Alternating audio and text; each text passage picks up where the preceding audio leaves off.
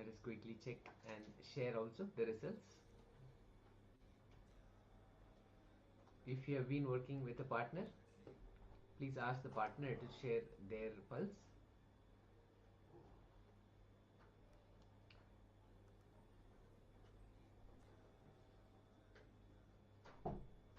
Rajendra Babu Ayya, Nithyananda, just wanted to make sure that you are participating Ayya, and you are checking the pulse rate.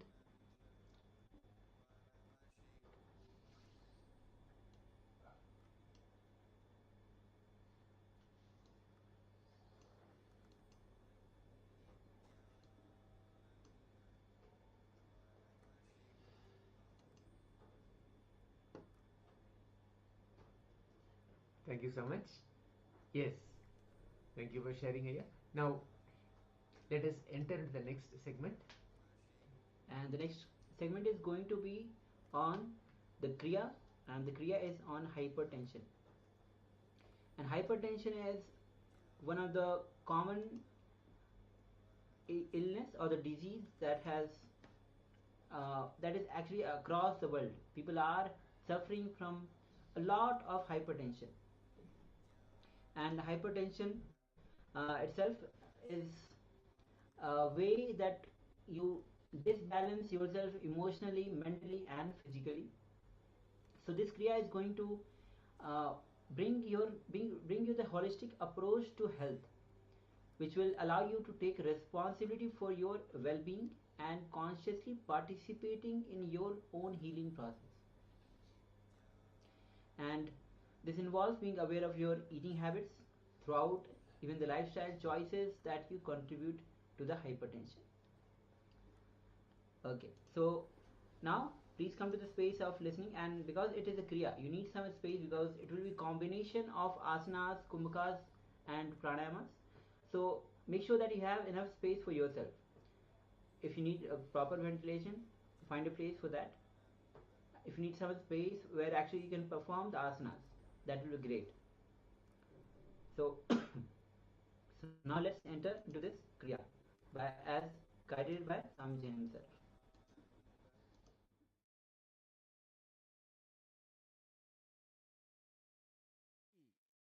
Easy but powerful process.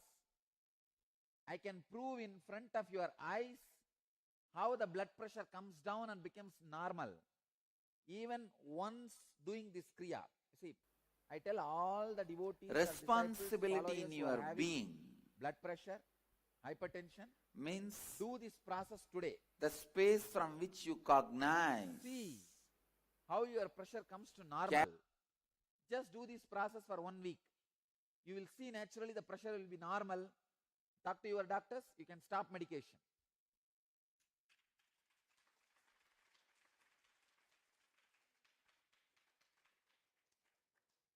Before stopping the medication, better have one sitting with doctor, talk to the doctor. But I can tell you, within a week, your hypertension will become normal.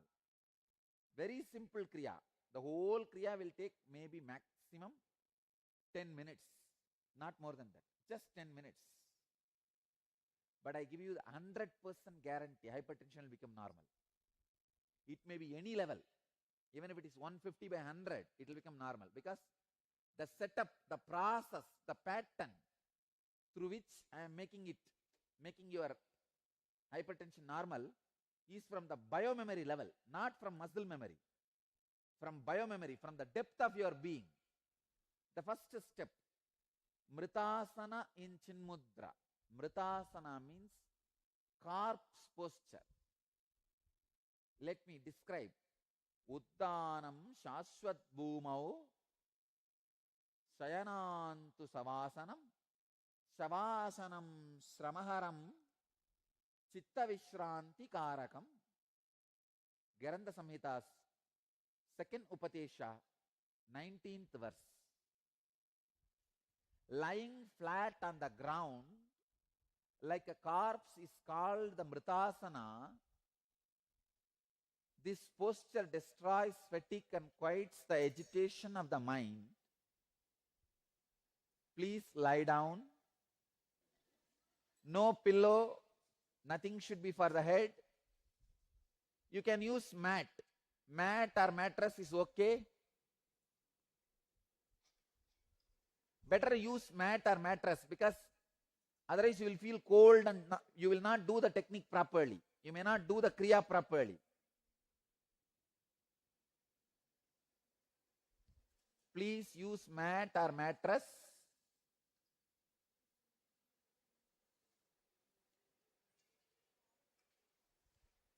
If you feel cold, you may not do the technique. That's why I am saying mat or mattress. Okay. Next step. Lie down in such a way that you don't kick people. You are not getting blessed by somebody else.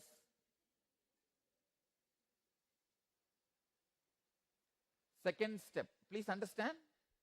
In Mridasana, Chinmudra.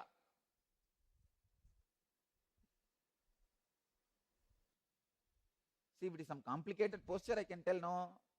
I can understand. You can say that, oh, I can't do this, that. Mritasana and Chinmudra. Chinmudra is bring your index finger to your thumb. This is Chinmudra. Understand? Next instruction. Uddiyana Bandha. All of you know Uddiyana Bandha. Contract the bowels equably above and below the navel towards the back, so that abdominal viscera may touch the back. Hold like that in Uddiyana Bandha as long as you can. When you can't hold anymore, relax. Do this Uddiyana Bandha lying down 21 times.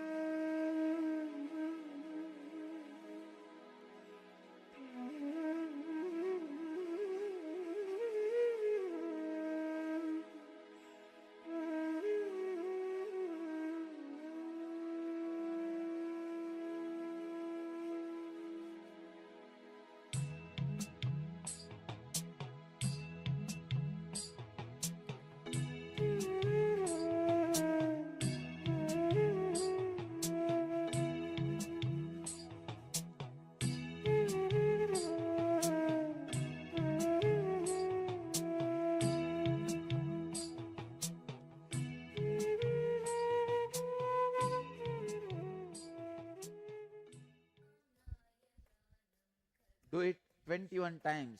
Hold as long as you can, then relax, then hold as long as you can, then relax.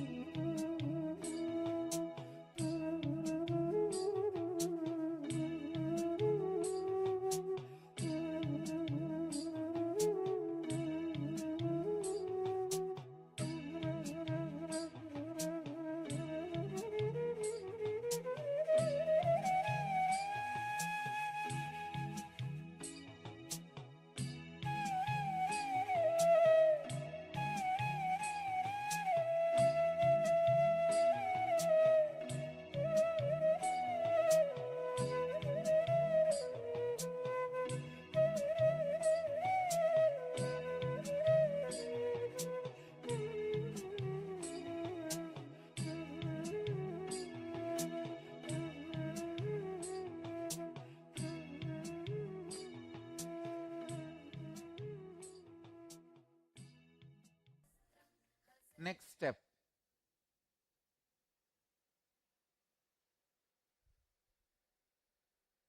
Jalantarabandha. Listen. Contracting the throat, place the chin on the chest. Means lock the throat.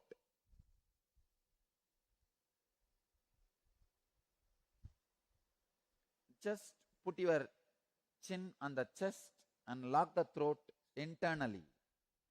Hold as long as you can. And exhale slowly when you feel you can't hold anymore. Do this again 21 times.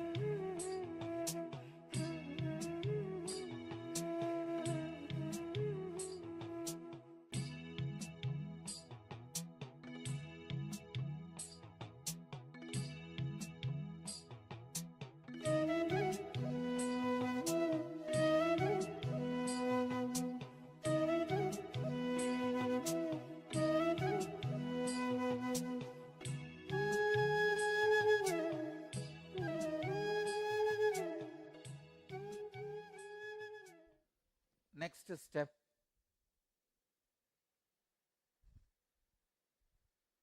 Muktasana. Please sit in Muktasana. Place the heel at the root of the organ of generation and the right heel above that. This is the way. Please understand.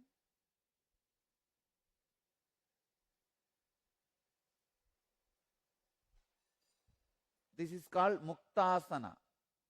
Sit in the Muktasana. Payumule Vamagulpam Dakshagulpam Tatopari Samakaya Shirogrivam Muktasanam tu Siddhitam. This is Muktasana. Next step. Do Bastrika in this Muktasana 21 times. Understand, Bastrika is the powerful balancer of hypertension. Bastrika, let me describe the sutras. Bastraiva lokakarananam yatakramena sampramet tatavayuncha nasabhyam upabhyanchalayet shanaihi evam vimshati varancha krutva kuryavacha kumbhagam tatante chalayet vayum purvoktancha yatavidihi trivaram sadayetyenam bastrika kumbhagam sudihi nacharogocha nachaklesha arogyancha dine dine. Let me describe the technique. As the bellows of the ironsmith constantly dilate and contract, similarly, let him slowly draw in the air by both nostrils and expand the stomach. Then throw it out quickly.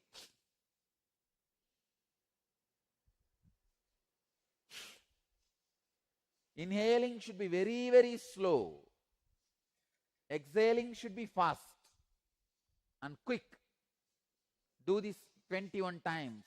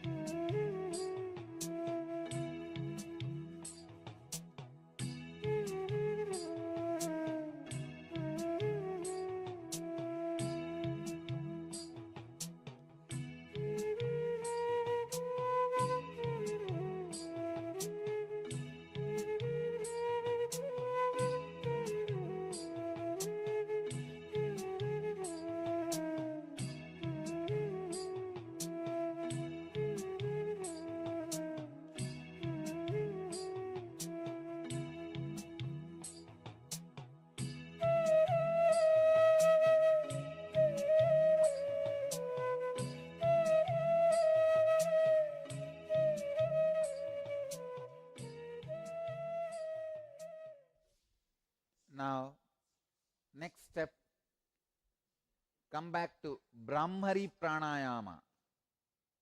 Ardharatre kate yogi jantunam shabdavarjida varjide karanao pitaya astabhyam guryat puraka kumbhakam shrunuyat dakshine kame nata mantartakam nata mantargatam shupam pratamam jinjiminatam cha vamshinatam tataparam megacharjara brahmari kantakamsyam tataparam turiberi mridangadi ninadanaka dundubihi. Translation says, at the past midnight in a place where there are no sounds of any animal, etc., to be heard, let the yogi practice Puraka and Kumbhaka, closing ears by the hands. He will hear then various internal sounds in his right ear. The first sound will be like that of crickets, then that of a lute, then that of a thunder, then that of a drum. These are some of the descriptions. Let me give you the exact technique. Put your thumbs in the ears and hum intensely, as deeply as possible, as loudly as possible, as intensely as possible. Start.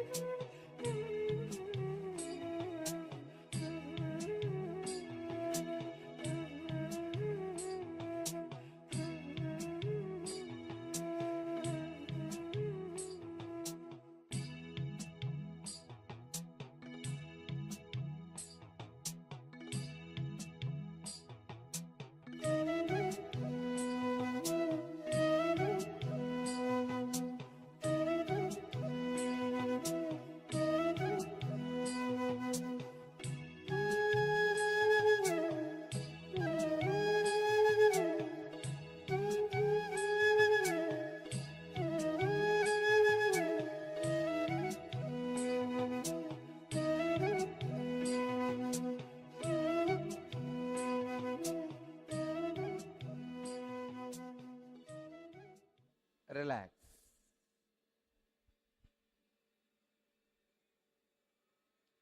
You can now relax.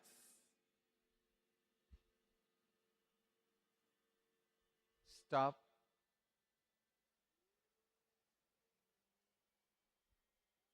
Relax. Do this Kriya every day.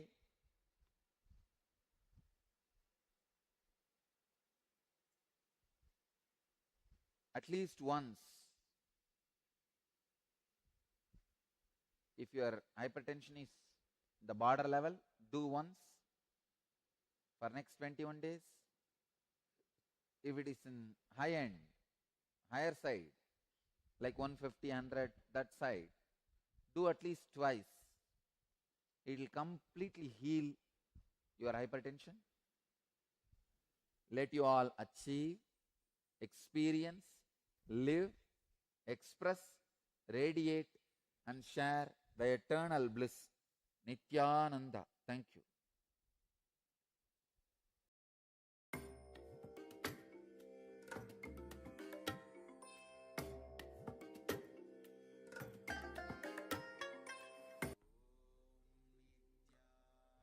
Yes, Nithyananda, all of you. So we just witnessed a kriya on hypertension, and a few questions were also there about the Udyana Bandha and Bhasika. So Bhasika is a rapid exhalation. Sorry, we missed to mention at exactly that moment of time. Anyway, we have few questions regarding the kriya itself. Suma Alexandra says, what is the side effect of hypertension on the mind? And if the hypertension is always a disturbed mind, what is the best way to say this to my mother? My mother's my mother pulse is always very high and communication is enrolling as very jumpy and creating misunderstanding every second sentence. So, Soma, for hypertension, it significantly affects the mind. It leads to increased anxiety, stress, and even the cognitive issues over time. So it creates a state of constant agitation and makes it difficult for individual to maintain calmness and clarity in their thoughts. As you gave example of your mother, so when you're communicating with your mother, tell her about the condition. Like approach the conversation when you're approaching any conversation with mother. Approach with compassion and understanding, so that she knows that you are actually entering into the conversation of understanding and compassion. And you might say, for example, like, I have noticed that you okay. So you can approach the conversation with compassion and understanding, so that she feels that you are actually entering into the conversation.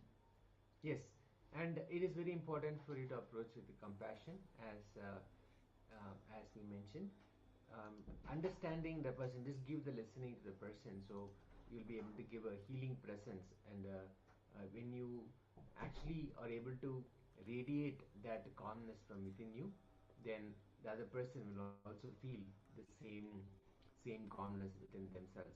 So the best thing that we can also say is for your mother to be part of the darshan that happens in the morning, especially during the Navaratri, the 9 nights of Devi Paramashiva Shakti manifesting through this supreme pontiff of Hinduism. When even just a few moments of sitting in his presence during this particular time specifically, the healing will automatically happen. So the best thing that we can do is to actually have her come and be part of the darshan that happens at 7 p.m. Eastern time. So the healing can actually start happening from the inside. Yes, and as the during the darshan Nayan Diksha, when Nayan Diksha happens means when his eyes falls on you, then his mirror neurons, the activity of his mirror neurons get mirrored to your mirror neurons. So in that space, for that moment, your consciousness raises to the super consciousness of Swamiji, and you feel the same state as Swamiji in. So automatically the you'll feel peaceful, blissful, calm. And so that is why every day it is important to attend the darshan, always keeping yourself in the high energy, higher consciousness. Yes. Okay, so now we'll be entering into the next segment, which is going to be on be responsible, not just committed. In the previous section, we just learned how responsibility makes you a hero, and this segment will be learning when you are responsible, not just committed, then you you are actually taking the responsibility not just as a rule, but you are taking responsibility as a being. You are actually looking every being as a life. So let's come to the space of listening as we enter into this revelation by Swamiji, and let's begin.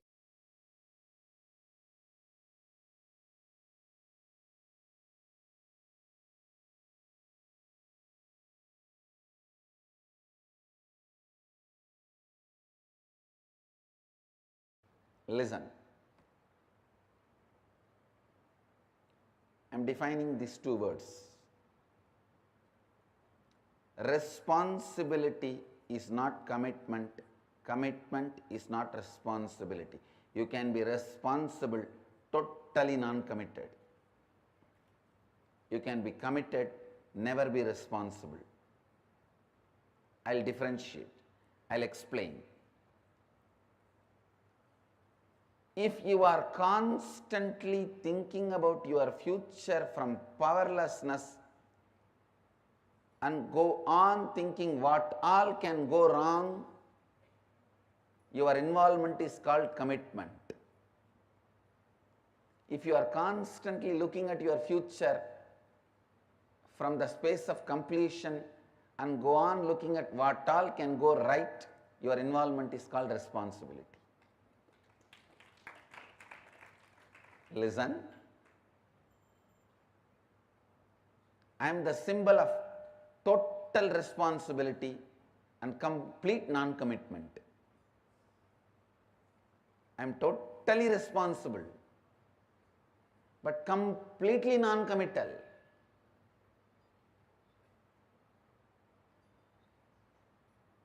If just a devotee who has attended some free program sometime, if he is bitten by a snake or if he is caught into some accident or if he is in emergency,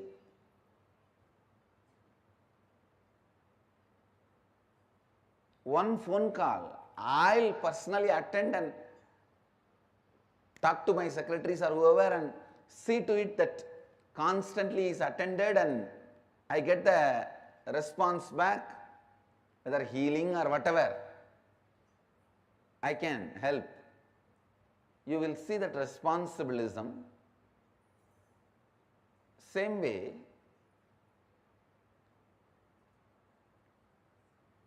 if you live around me, you can very clearly smell I am completely non-committed to the whole thing. Listen. Any future plan which erupts out of the pattern, what all can go wrong is commitment. Any future plan which comes out of the completion, what all can go right is responsibilism. Responsibility. He asked me again, then what is accountability, Swamiji? I said, if you are constantly thinking from what all can go wrong, even if you are committed, you may be accountable, but you will not be accountable. You may be accountable, you will not be accountable. You will just stand and say, yes, this is what I am, what can I do? This is where I am.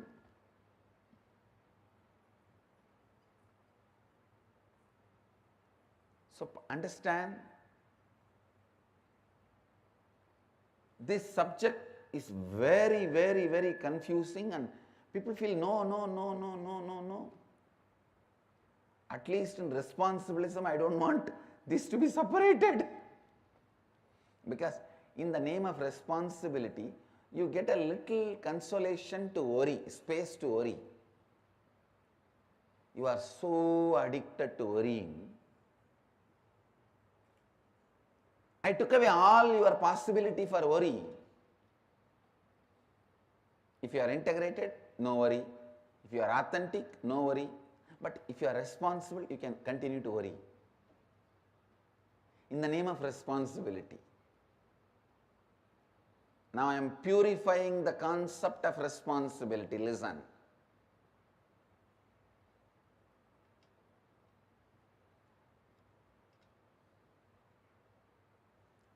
If you can move based on what all can go right, I am not saying don't look at what all can go wrong. You may not need to look at what all can go wrong if you look at what all can go right intensely. Looking at what all can go right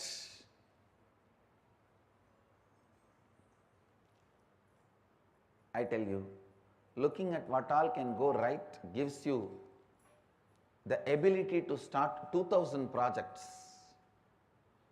Even if you win in 20, you will be in the space of unimaginable expansion. The mind which looks at what all can go wrong will not even move to the second project. People constantly say, from morning I was making this call, this. Understand? Even when you are doing some action, is your worrying pattern keeping quiet? Is your lust pattern keeping quiet? Is your fear pattern keeping quiet? Even when you are working, doing your work, all the three are functioning. Same way, instead of lust, fear, worry, why can't your planning, celebration, gratitude function?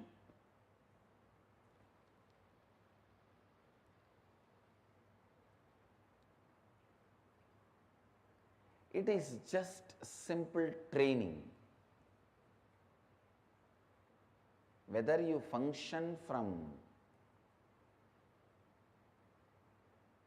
fear, lust, worry, or function from planning,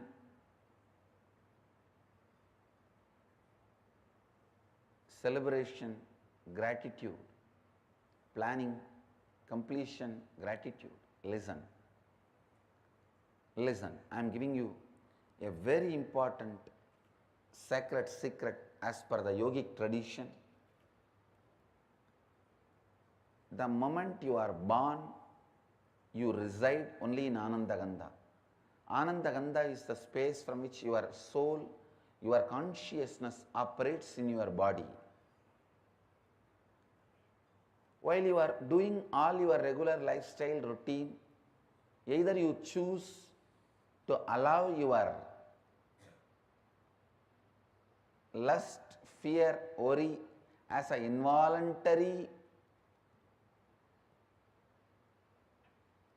habitual function, or you can voluntarily build planning, completion, gratitude.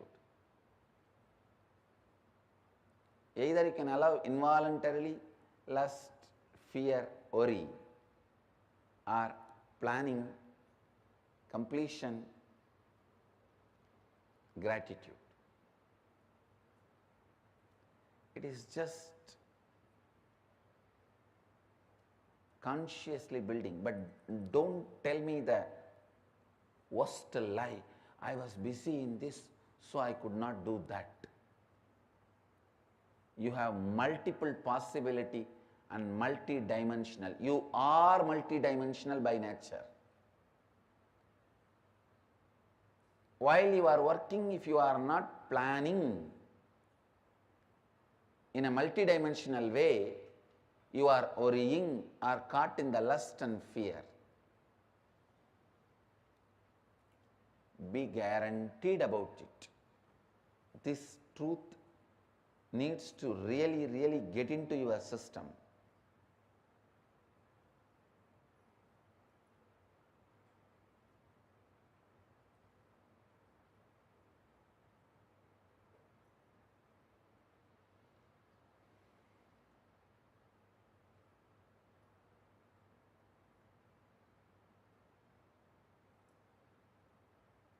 This truth need to really, really get into your system. Listen. Only then you will understand the difference between commitment and responsibility. If you don't take responsibility, you are beaten black and blue by commitment in the life. When you take responsibility, you are given the reward of the freedom from all commitments.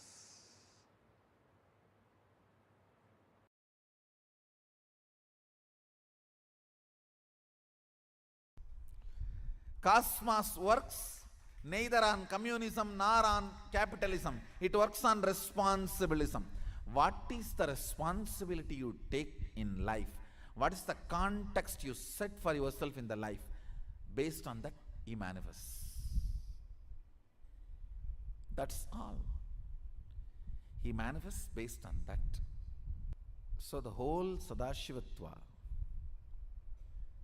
is manifesting for the people who decided to do his work as not just first priority, only priority.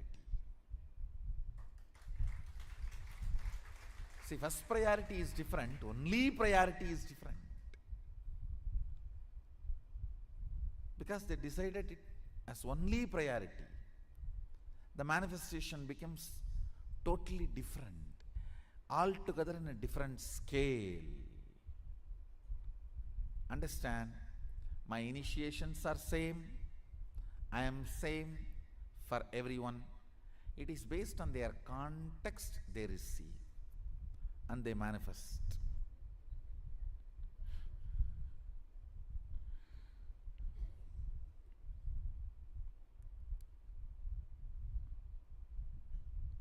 So the context sets the consciousness to a different frequency. So what you are, surely I am available for you as much as you can receive.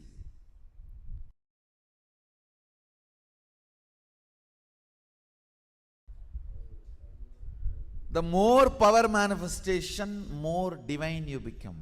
Understand? Shakti comes with buddhi. Only siddhi comes without buddhi. Shakti is mother, siddhi is stepmother.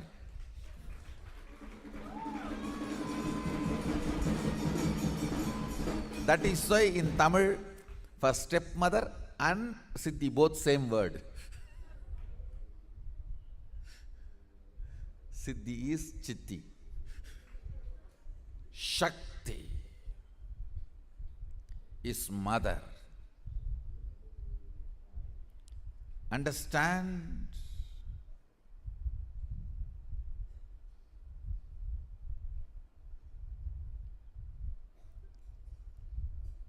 First principle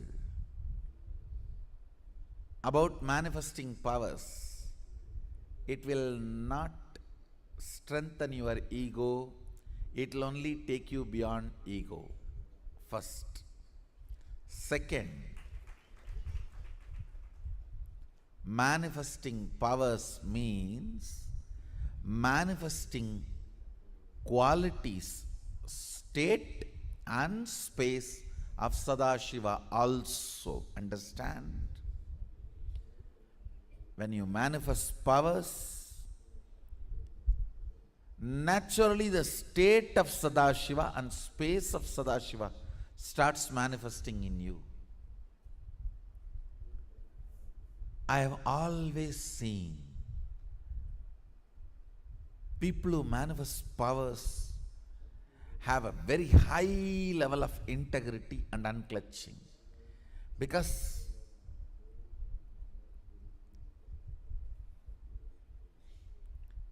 if they do not maintain that too, the power manifestation will stop.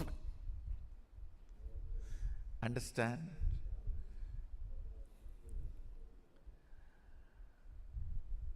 How much ever you would have paid to buy your cell phone, but unless you charge every day, it will not function. How much ever you may manifest powers, unless the integrity of your life is maintained, it will not manifest. Actually, when you manifest powers, automatically the frequency of your integrity increases. The trust in integrity, trust in authenticity starts increasing. The reasons why you don't live a life of integrity is powerlessness. That starts melting down. With more and more power manifestation, powerlessness goes away. You become more integrated, more authentic. The second principle of power manifestation, listen carefully. Shakti comes always with buddhi. Means more power manifestation, more integrity. More power manifestation, more unclutching. More power manifestation, more nirvikalpa samadhi. More power manifestation, more joy. More power manifestation, more restful awareness. More power manifestation, more responsibilism. More power manifestation, more enriching. More power manifestation, more bliss. What is power manifestation? Deciding, listen, integrity needs your declaration, but power manifestation does not even needs your declaration. It only needs your decision. Deciding to be one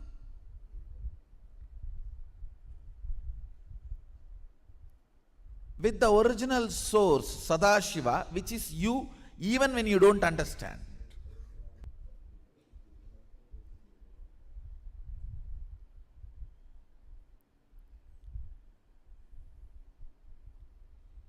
He was using very few words. That is his beauty.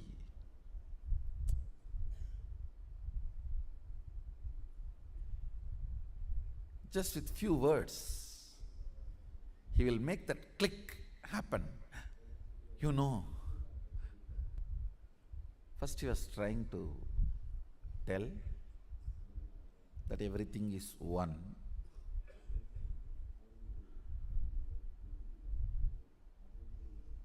Few words.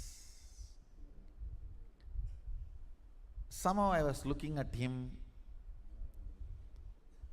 He was not convinced that the click has happened in me. And many times both my gurus, Kuppamal and Vibudanandapuri and Yoganandapuri, both have tried to explain Advaita to me. Annamalai Swamigal even used to read out Ribu Gita. Annamalai Swamigal was one of the enlightened disciple of Ramana Maharshi. Used to read Ribu Gita in Tamil. But somehow the click never happened.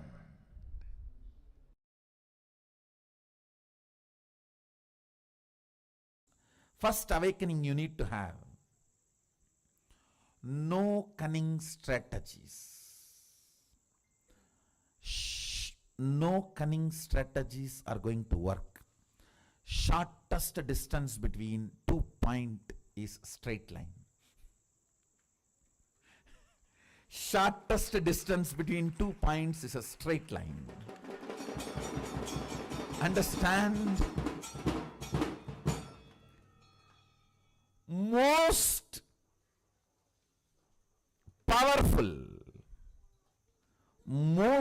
powerful strategy for manifesting wealth is integrity. Most powerful strategy. If you want 2-digit, 3-digit level money, maybe 1 or 2 lakhs or 1 or 2 crores, then cheating, stealing, all that may work. Robbing the bank, all that may work. But if you are really interested in living with wealth forever, living with wealth forever, the most easiest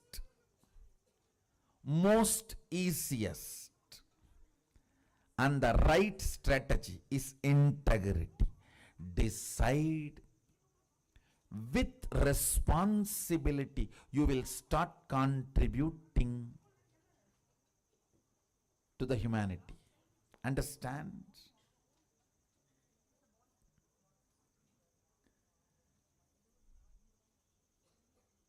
Manifesting your cognition is life. Understand?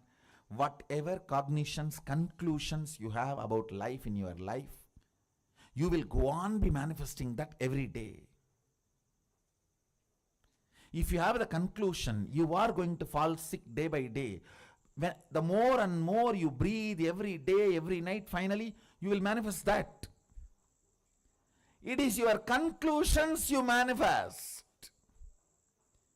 If you have the conclusion, the cunning methods, cheating brings wealth, you will only be manifesting that, or are waiting to some cunning methodology to click so you can manifest wealth. No.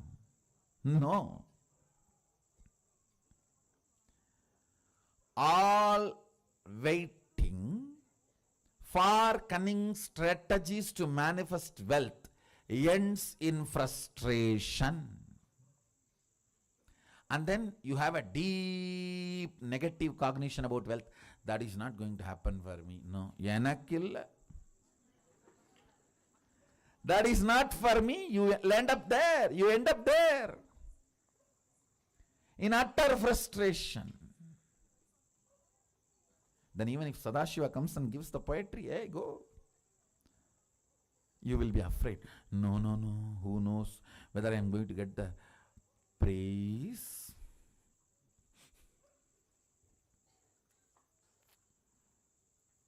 Or beating. Listen to this.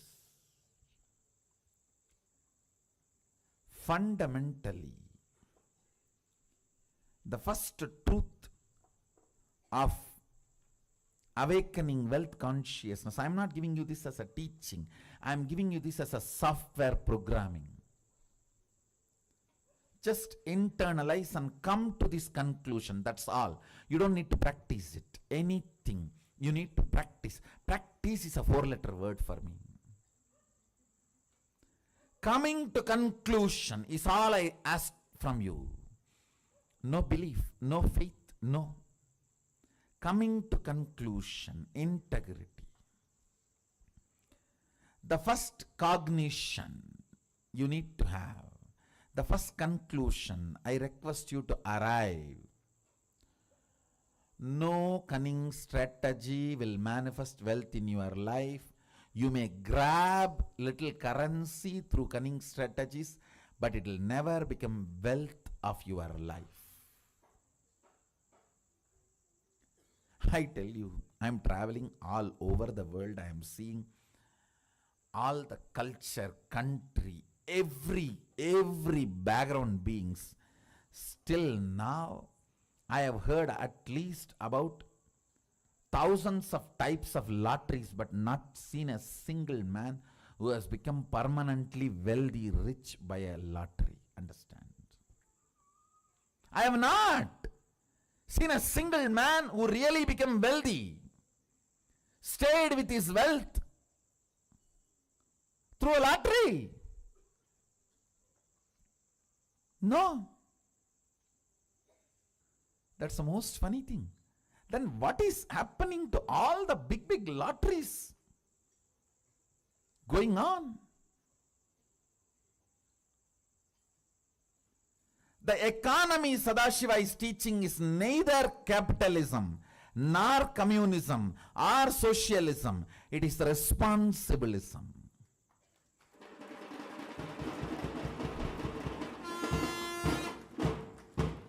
The responsibility you take, that decides the kind of the wealth going to be around you. That's it. That's it. The first understanding, conclusion you need to arrive. Integrity is the best strategy for manifesting wealth. Second conclusion, listen. Second conclusion you need to arrive. Whatever I am talking is not teaching. The moment it is teaching, you will push it into a moral dustbin. All of you have a moral dustbin. Oh, everybody talks. What is there? You know how to dump that. For ages, that moral dustbin is what keeps you as you want, without transformation. You start, my mother all the times tells me to do yoga in the morning, but she doesn't do. Now from that moral dustbin starts growing in you. Anything you call it as teaching, you dump it in the dustbin and never do it. I am not giving you any moral teachings. Be very clear, don't push me into moral dustbin, no. I am talking to you. If you come to all these conclusions, you will live wealthy forever. And if you are not able to come to this conclusion, I'll support you, help you by awakening your Kundalini Shakti to see these conclusions as reality. That's all.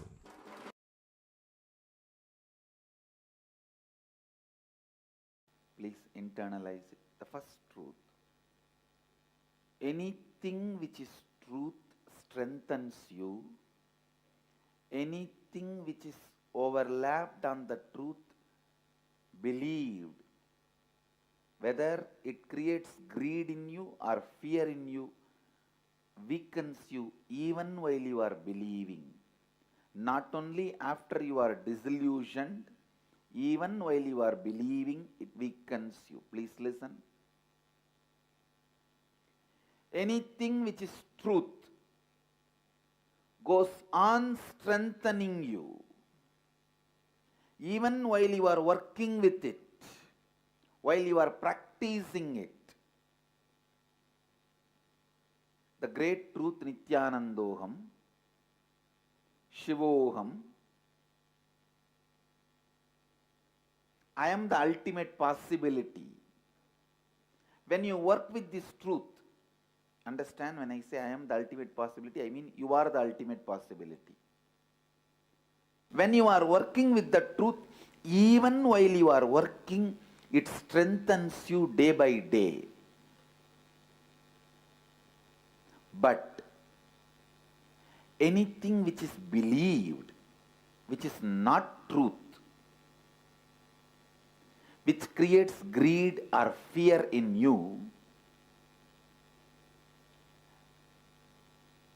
weakens you continuously, even while you are believing it, not only after the disillusionment. After disillusionment, you will completely feel powerless. You will feel deprived, cheated. You lost, you wasted.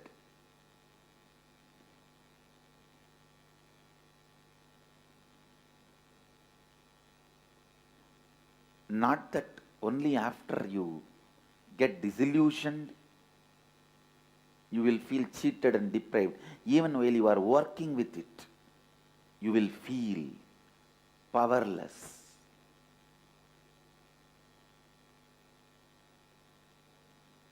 Shivoham.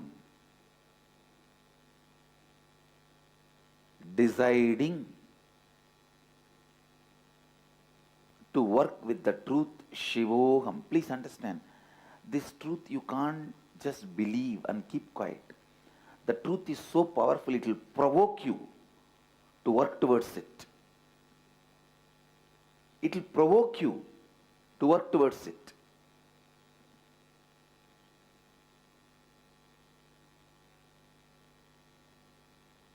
Truth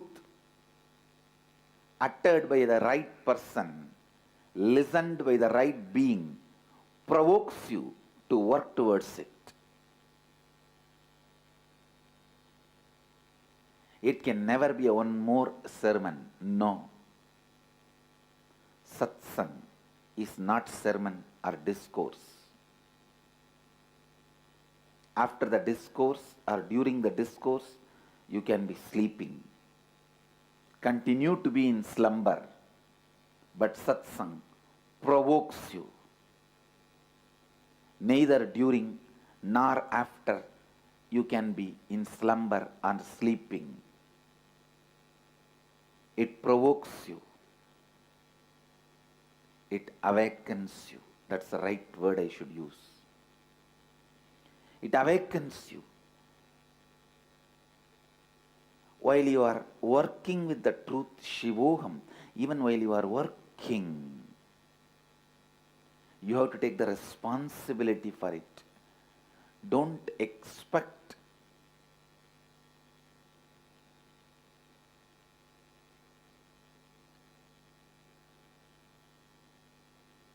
somebody else can take the responsibility for your reality. If somebody else takes the responsibility for your reality, it will never be your reality.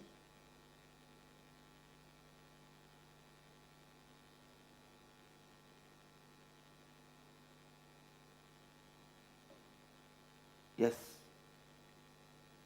Guru can take the responsibility to make you responsible, not for anything else. Guru can take the responsibility to make you responsible. That is why his love is never appreciated. His love is not the cozy, comfortable feeling you felt in the name of love in your life when you were young. The pattern you believe as love. You cry and your mom rushes you and gives you food or candy. Your dad rushes to you and gives you some sweet and toys, whatnot. Your aunt brings you clothes. Your uncle brings you gift. What you believed as a love, the pattern of action, reactions which you believed as love, you will not experience from Master, from an enlightened being. The love he radiates makes you like him. That is why you constantly feel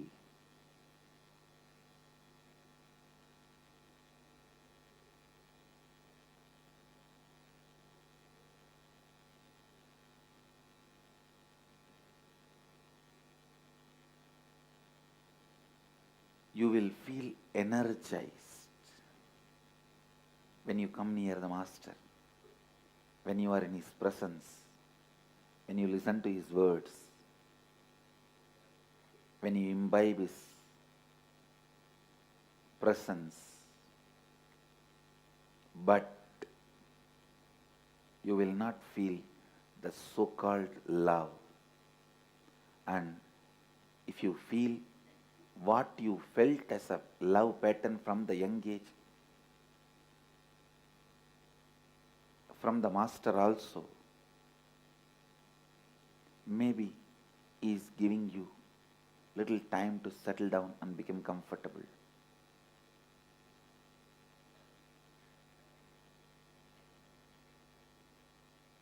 I do play the role of a father, mother, aunt, uncle for few days till the transition happens for you. You need to move from that to this, but not more than that. My love will make you responsible for the great truth of Shivoham.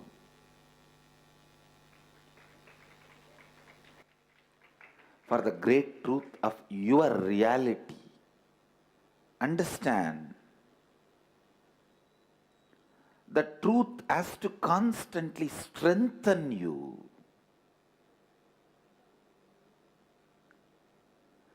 Truth has to constantly strengthen you.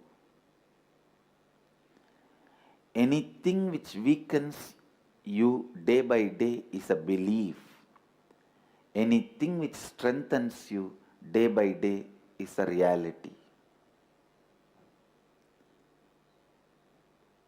Sit and open your whole being and see what all is in you which is strengthening you day by day. Support them. Stand by them.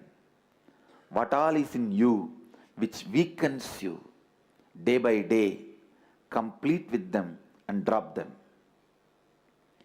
Whether it is emotion, beliefs, thought currents, patterns, ideas, theories, theologies, whatever is strengthening you day by day, it is reality. Work with it. Work more and more with it. Whatever is weakening you, whatever is weakening you, be very clear. It is beliefs. It is belief system. Beliefs weaken you while you are with it, after it leaves you. Both. Even after disillusionment, you will repent for wasting your time in those stupid beliefs. The first truth I want you to internalize today. Anything which strengthens you is reality. Cherish it. Meditate on it. Encourage it. Contemplate on it.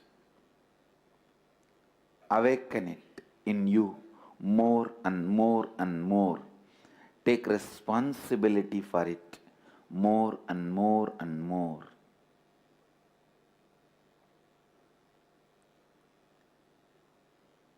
Anything which weakens you, be very clear, it is a belief system. Belief system either will create fear or greed,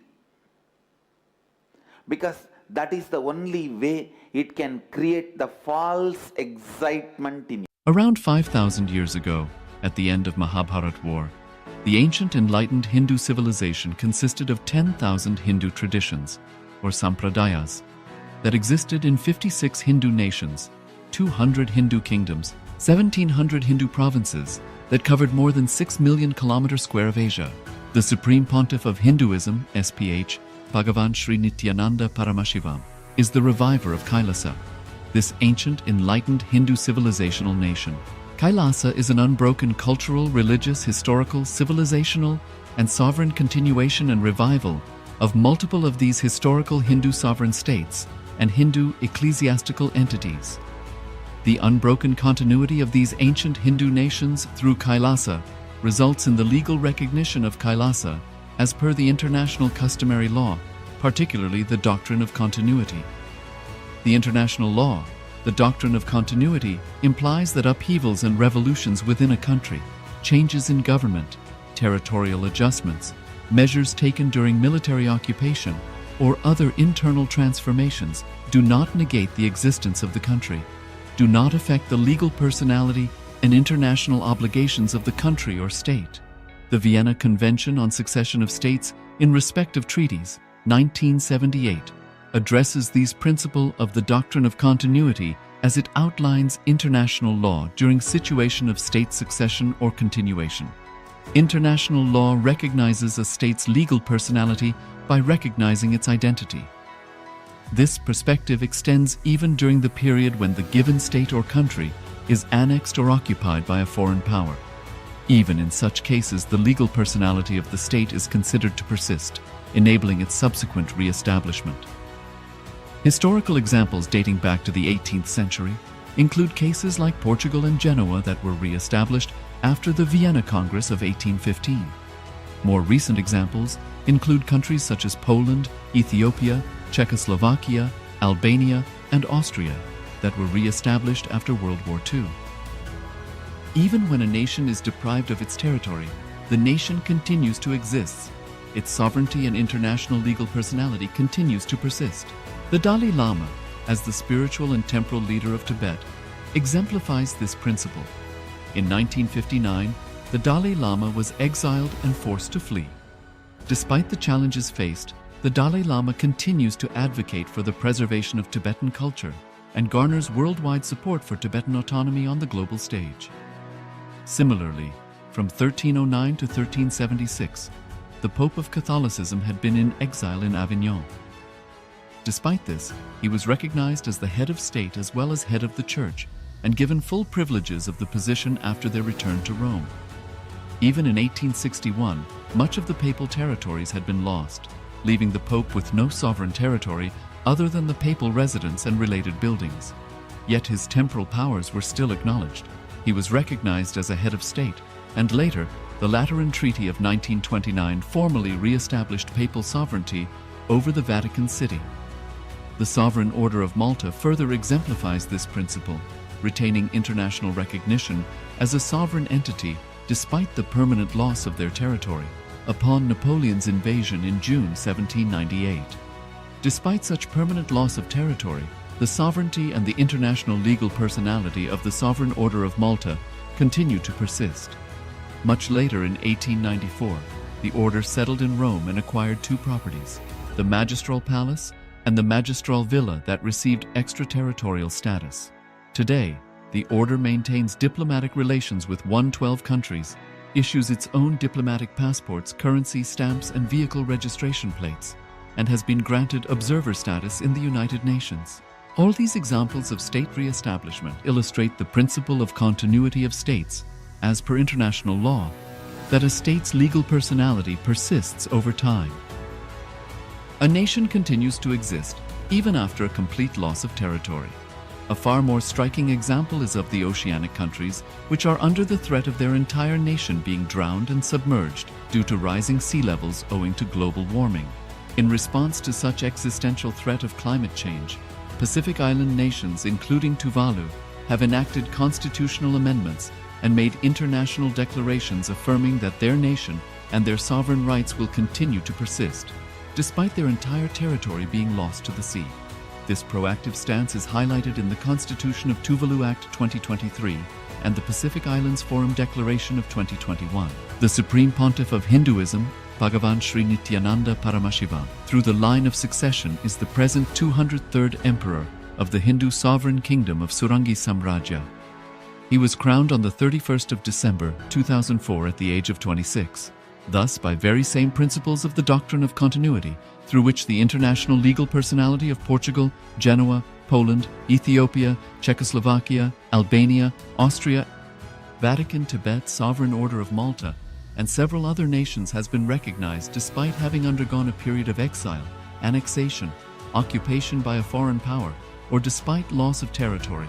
The SPH Nithyananda Paramashivoham, through well-established legal and historical facts about the Hindu sovereign state of the Surangi Samrajyam, derives all sovereign rights and powers of the royal lineage of the Surangi Samrajyam as its 203rd sovereign emperor, from his inheritance and continuation of the unbroken succession of the kingdom of Surya Vamsa Surangi Samrajyam Sarvanapitha. Surya Vamsa Surangi Samrajyam, through unification with 20 other sovereign Hindu states and sovereign ecclesiastical, historical entities, became part of the United States of Kailasa, which thus became a sovereign, independent juridical state, with the SPH Nithyananda Paramashivoham as the sovereign. Just as how the oceanic nations like Tuvalu have safeguarded their sovereignty from the existential threat of total submersion by amending their constitution and asserting that their sovereignty will persist regardless of the loss of their territory, Kailasa, which is a sovereign continuation of 21 sovereign Hindu states and sovereign ecclesiastical historical entities, is also reviving and continuing the Kumari Kandam Hindu nations that got submerged. As per the doctrine of continuity, these facts imply that the Kailasa's statehood is recognized by international law and manifests as a natural outcome of well-established historical legal facts. Share your time, talent, and treasure. Become part of Kailasa. Sign up as an eCitizen https://kailasa.ecitizen.info. Around 5,000 years ago, at the end of Mahabharat War, the ancient enlightened Hindu civilization consisted of 10,000 Hindu traditions, or sampradayas, that existed in 56 Hindu nations, 200 Hindu kingdoms, 1,700 Hindu provinces that covered more than 6 million kilometers square of Asia. The Supreme Pontiff of Hinduism, SPH, Bhagavan Sri Nithyananda Paramashivoham, is the reviver of Kailasa, this ancient enlightened Hindu civilizational nation. Kailasa is an unbroken cultural, religious, historical, civilizational, and sovereign continuation and revival of multiple of these historical Hindu sovereign states and Hindu ecclesiastical entities. The unbroken continuity of these ancient Hindu nations through Kailasa results in the legal recognition of Kailasa as per the international customary law, particularly the doctrine of continuity. The international law, the doctrine of continuity, implies that upheavals and revolutions within a country, changes in government, territorial adjustments, measures taken during military occupation, or other internal transformations do not negate the existence of the country, do not affect the legal personality and international obligations of the country or state. The Vienna Convention on Succession of States in respect of treaties, 1978, addresses these principles of the doctrine of continuity as it outlines international law during situation of state succession or continuation. International law recognizes a state's legal personality by recognizing its identity. This perspective extends even during the period when the given state or country is annexed or occupied by a foreign power. Even in such cases, the legal personality of the state is considered to persist, enabling its subsequent re-establishment. Historical examples dating back to the 18th century include cases like Portugal and Genoa that were re-established after the Vienna Congress of 1815. More recent examples include countries such as Poland, Ethiopia, Czechoslovakia, Albania, and Austria that were re-established after World War II. Even when a nation is deprived of its territory, the nation continues to exist. Its sovereignty and international legal personality continues to persist. The Dalai Lama, as the spiritual and temporal leader of Tibet, exemplifies this principle. In 1959, the Dalai Lama was exiled and forced to flee. Despite the challenges faced, the Dalai Lama continues to advocate for the preservation of Tibetan culture and garners worldwide support for Tibetan autonomy on the global stage. Similarly, from 1309 to 1376, the Pope of Catholicism had been in exile in Avignon. Despite this, he was recognized as the head of state as well as head of the church and given full privileges of the position after their return to Rome. Even in 1861, much of the papal territories had been lost, leaving the Pope with no sovereign territory other than the papal residence and related buildings.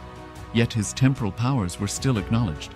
He was recognized as a head of state, and later, the Lateran Treaty of 1929 formally re-established papal sovereignty over the Vatican City. The Sovereign Order of Malta further exemplifies this principle, retaining international recognition as a sovereign entity despite the permanent loss of their territory upon Napoleon's invasion in June 1798.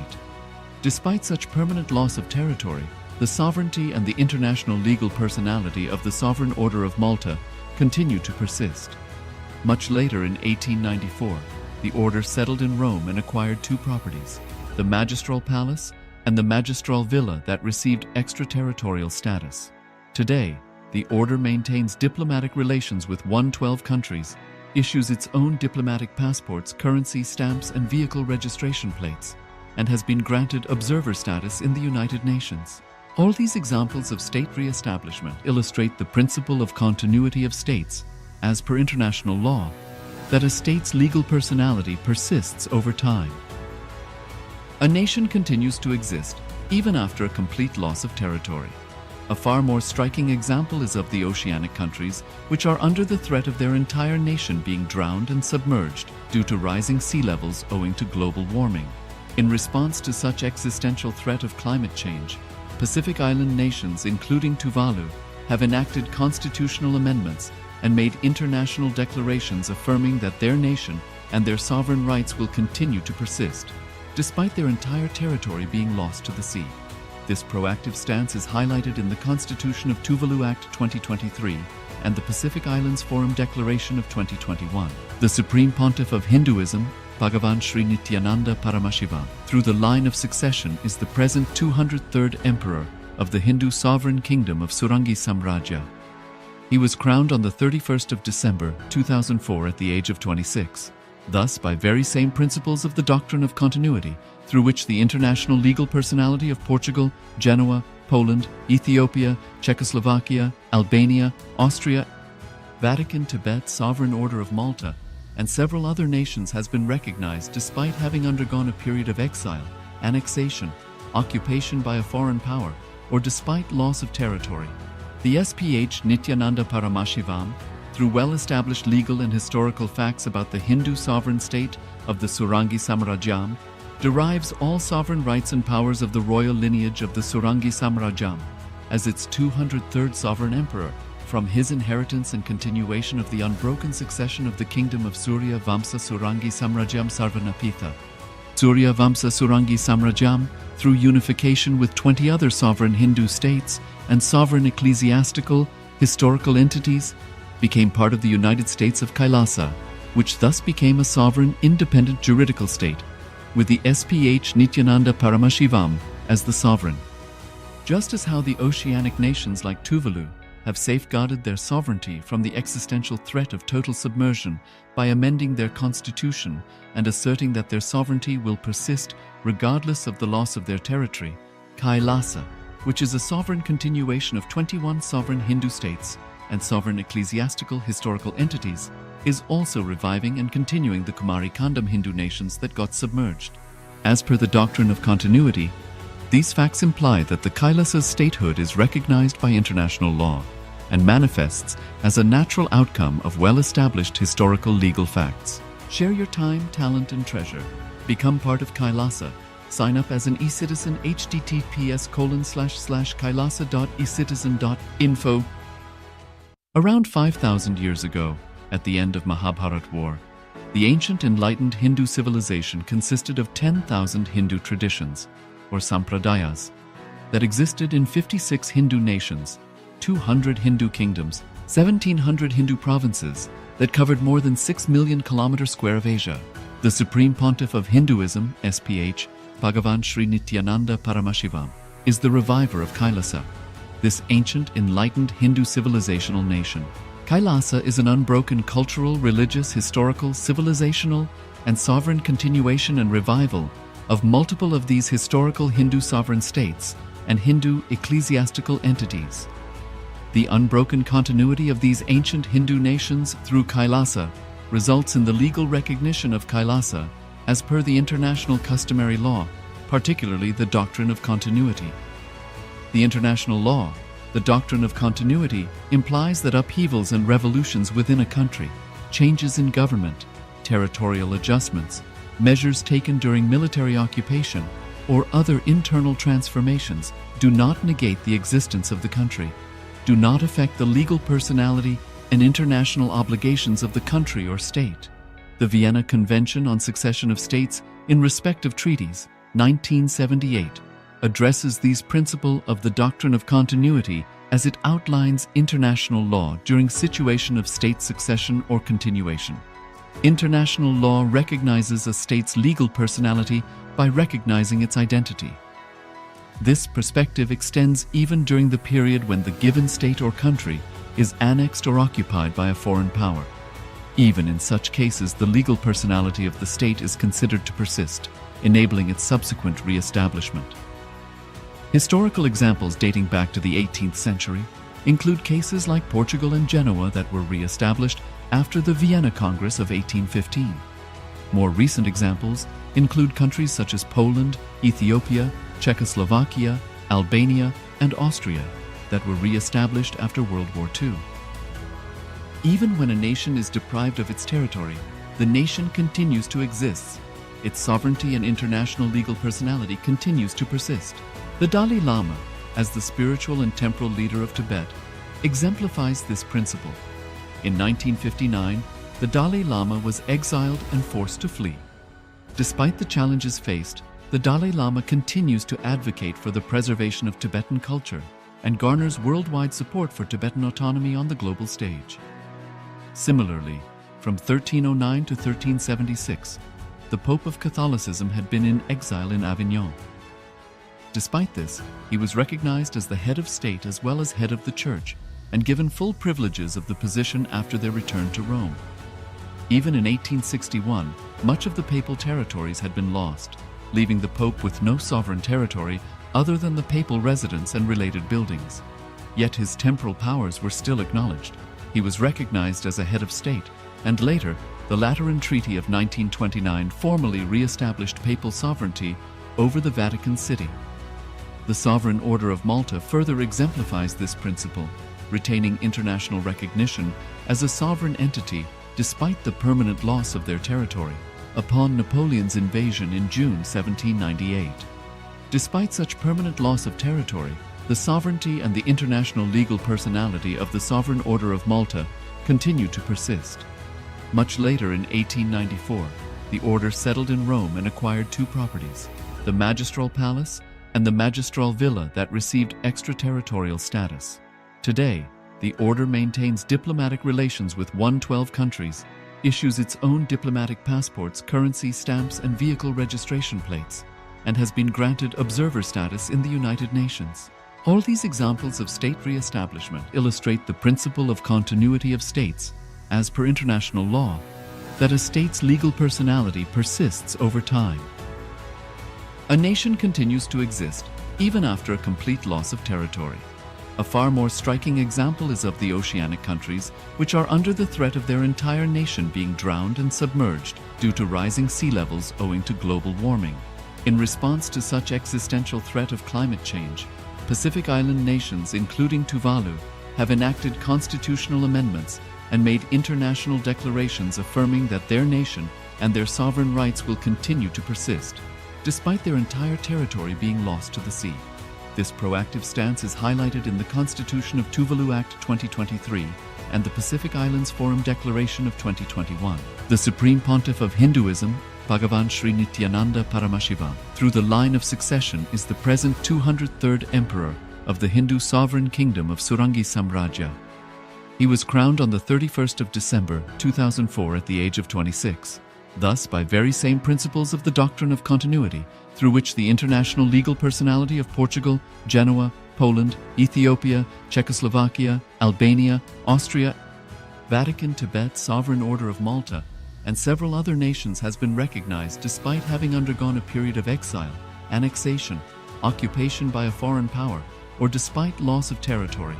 The SPH Nithyananda Paramashivoham, through well-established legal and historical facts about the Hindu sovereign state of the Surangi Samrajyam, derives all sovereign rights and powers of the royal lineage of the Surangi Samrajyam as its 203rd sovereign emperor from his inheritance and continuation of the unbroken succession of the kingdom of Surya Vamsa Surangi Samrajyam Sarvanapitha. Surya Vamsa Surangi Samrajyam, through unification with 20 other sovereign Hindu states and sovereign ecclesiastical, historical entities, became part of the United States of Kailasa, which thus became a sovereign, independent juridical state, with the SPH Nithyananda Paramashivoham as the sovereign. Just as how the oceanic nations like Tuvalu have safeguarded their sovereignty from the existential threat of total submersion by amending their constitution and asserting that their sovereignty will persist regardless of the loss of their territory, Kailasa, which is a sovereign continuation of 21 sovereign Hindu states and sovereign ecclesiastical historical entities, is also reviving and continuing the Kumari Kandam Hindu nations that got submerged. As per the doctrine of continuity, these facts imply that the Kailasa's statehood is recognized by international law and manifests as a natural outcome of well-established historical legal facts. Share your time, talent, and treasure. Become part of Kailasa. Sign up as an eCitizen https://kailasa.ecitizen.info.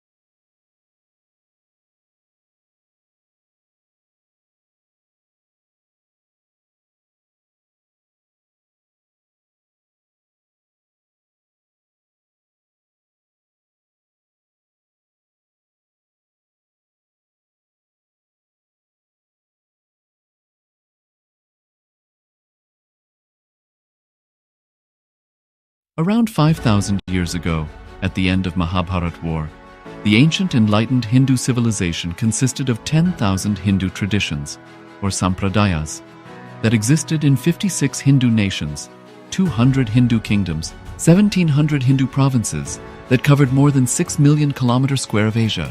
The Supreme Pontiff of Hinduism, SPH, Bhagavan Sri Nithyananda Paramashivoham, is the reviver of Kailasa, this ancient, enlightened Hindu civilizational nation. Kailasa is an unbroken cultural, religious, historical, civilizational, and sovereign continuation and revival of multiple of these historical Hindu sovereign states and Hindu ecclesiastical entities. The unbroken continuity of these ancient Hindu nations through Kailasa results in the legal recognition of Kailasa as per the international customary law, particularly the doctrine of continuity. The international law, the doctrine of continuity, implies that upheavals and revolutions within a country, changes in government, territorial adjustments, measures taken during military occupation, or other internal transformations do not negate the existence of the country, do not affect the legal personality and international obligations of the country or state. The Vienna Convention on Succession of States in respect of treaties, 1978, addresses these principles of the doctrine of continuity as it outlines international law during situation of state succession or continuation. International law recognizes a state's legal personality by recognizing its identity. This perspective extends even during the period when the given state or country is annexed or occupied by a foreign power. Even in such cases, the legal personality of the state is considered to persist, enabling its subsequent re-establishment. Historical examples dating back to the 18th century include cases like Portugal and Genoa that were re-established after the Vienna Congress of 1815. More recent examples include countries such as Poland, Ethiopia, Czechoslovakia, Albania, and Austria that were re-established after World War II. Even when a nation is deprived of its territory, the nation continues to exist. Its sovereignty and international legal personality continues to persist. The Dalai Lama, as the spiritual and temporal leader of Tibet, exemplifies this principle. In 1959, the Dalai Lama was exiled and forced to flee. Despite the challenges faced, the Dalai Lama continues to advocate for the preservation of Tibetan culture and garners worldwide support for Tibetan autonomy on the global stage. Similarly, from 1309 to 1376, the Pope of Catholicism had been in exile in Avignon. Despite this, he was recognized as the head of state as well as head of the church, and given full privileges of the position after their return to Rome. Even in 1861, much of the papal territories had been lost, leaving the Pope with no sovereign territory other than the papal residence and related buildings. Yet his temporal powers were still acknowledged. He was recognized as a head of state, and later, the Lateran Treaty of 1929 formally re-established papal sovereignty over the Vatican City. The Sovereign Order of Malta further exemplifies this principle, retaining international recognition as a sovereign entity despite the permanent loss of their territory upon Napoleon's invasion in June 1798. Despite such permanent loss of territory, the sovereignty and the international legal personality of the Sovereign Order of Malta continue to persist. Much later in 1894, the order settled in Rome and acquired two properties, the Magistral Palace and the Magistral Villa that received extraterritorial status. Today, the order maintains diplomatic relations with 112 countries, issues its own diplomatic passports, currency, stamps, and vehicle registration plates, and has been granted observer status in the United Nations. All these examples of state re-establishment illustrate the principle of continuity of states, as per international law, that a state's legal personality persists over time. A nation continues to exist even after a complete loss of territory. A far more striking example is of the oceanic countries, which are under the threat of their entire nation being drowned and submerged due to rising sea levels owing to global warming.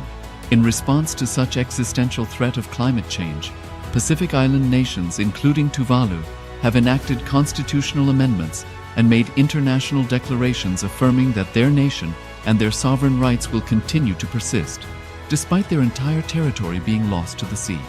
This proactive stance is highlighted in the Constitution of Tuvalu Act 2023 and the Pacific Islands Forum Declaration of 2021. The Supreme Pontiff of Hinduism, Bhagavan Sri Nithyananda Paramashivoham, through the line of succession is the present 203rd Emperor of the Hindu Sovereign Kingdom of Surangi Samrajya. He was crowned on the 31st of December 2004 at the age of 26. Thus, by very same principles of the doctrine of continuity, through which the international legal personality of Portugal, Genoa, Poland, Ethiopia, Czechoslovakia, Albania, Austria, Vatican, Tibet, Sovereign Order of Malta, and several other nations has been recognized despite having undergone a period of exile, annexation, occupation by a foreign power, or despite loss of territory. The SPH Nithyananda Paramashivoham, through well-established legal and historical facts about the Hindu sovereign state of the Surangi Samrajyam, derives all sovereign rights and powers of the royal lineage of the Surangi Samrajyam as its 203rd sovereign emperor from his inheritance and continuation of the unbroken succession of the kingdom of Surya Vamsa Surangi Samrajyam Sarvanapitha. Surya Vamsa Surangi Samrajyam, through unification with 20 other sovereign Hindu states and sovereign ecclesiastical, historical entities, became part of the United States of Kailasa, which thus became a sovereign, independent juridical state, with the SPH Nithyananda Paramashivoham as the sovereign. Just as how the oceanic nations like Tuvalu have safeguarded their sovereignty from the existential threat of total submersion by amending their constitution and asserting that their sovereignty will persist regardless of the loss of their territory, Kailasa, which is a sovereign continuation of 21 sovereign Hindu states and sovereign ecclesiastical historical entities, is also reviving and continuing the Kumari Kandam Hindu nations that got submerged. As per the doctrine of continuity, these facts imply that the Kailasa's statehood is recognized by international law and manifests as a natural outcome of well-established historical legal facts. Share your time, talent, and treasure. Become part of Kailasa. Sign up as an eCitizen https://kailasa.ecitizen.info. Around 5,000 years ago, at the end of Mahabharat War, the ancient enlightened Hindu civilization consisted of 10,000 Hindu traditions, or sampradayas, that existed in 56 Hindu nations, 200 Hindu kingdoms, 1,700 Hindu provinces that covered more than 6 million kilometers square of Asia. The Supreme Pontiff of Hinduism, SPH, Bhagavan Sri Nithyananda Paramashivoham, is the reviver of Kailasa.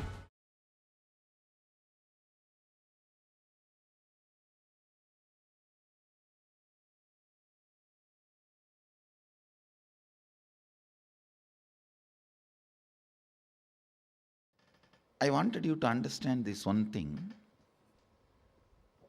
Please listen carefully. Whenever it comes to deal yourself, you try to be very safe, handle you in a very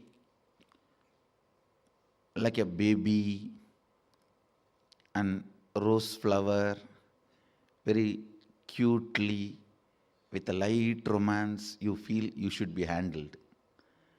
But when it comes to handling others, you become a judge. See, for you, you are a liar. For others, you are a judge. Because of this childishness,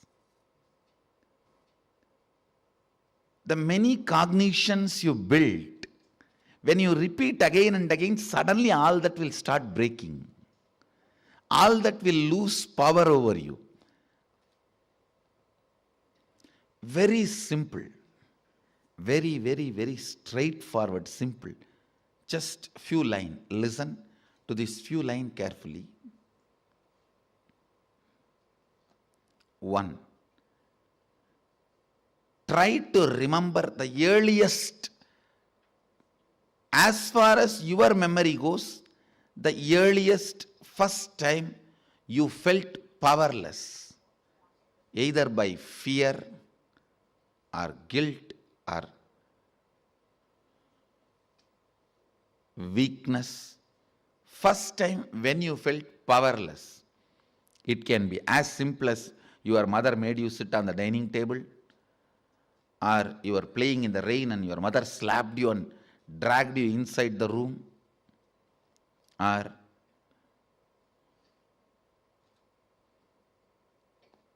just a stone thrown by your friend or your brother has hit you. It can be as simple as this, or your sister snatching the ice cream. Now, usually sisters don't snatch, only brothers snatch. No, I have seen. Sister is the best relationship. I grew up in large family. Sister is the best relationship. It can be as simple as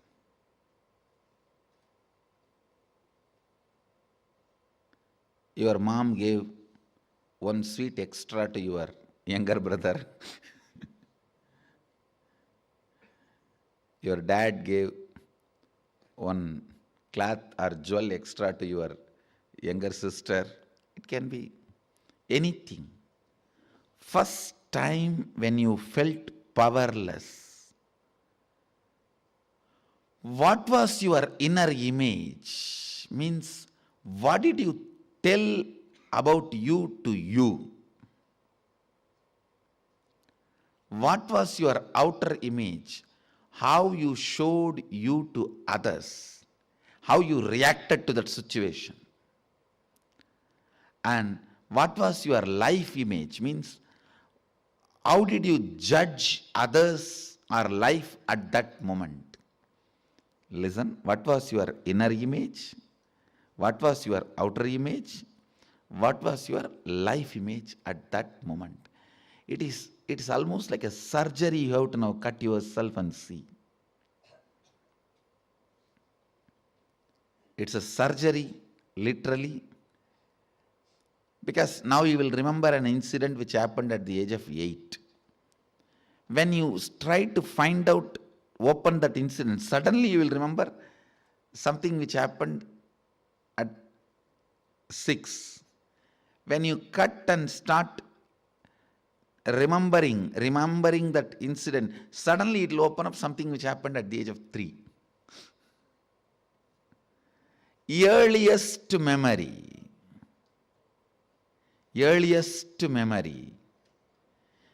First time as far as you can remember when you became powerless.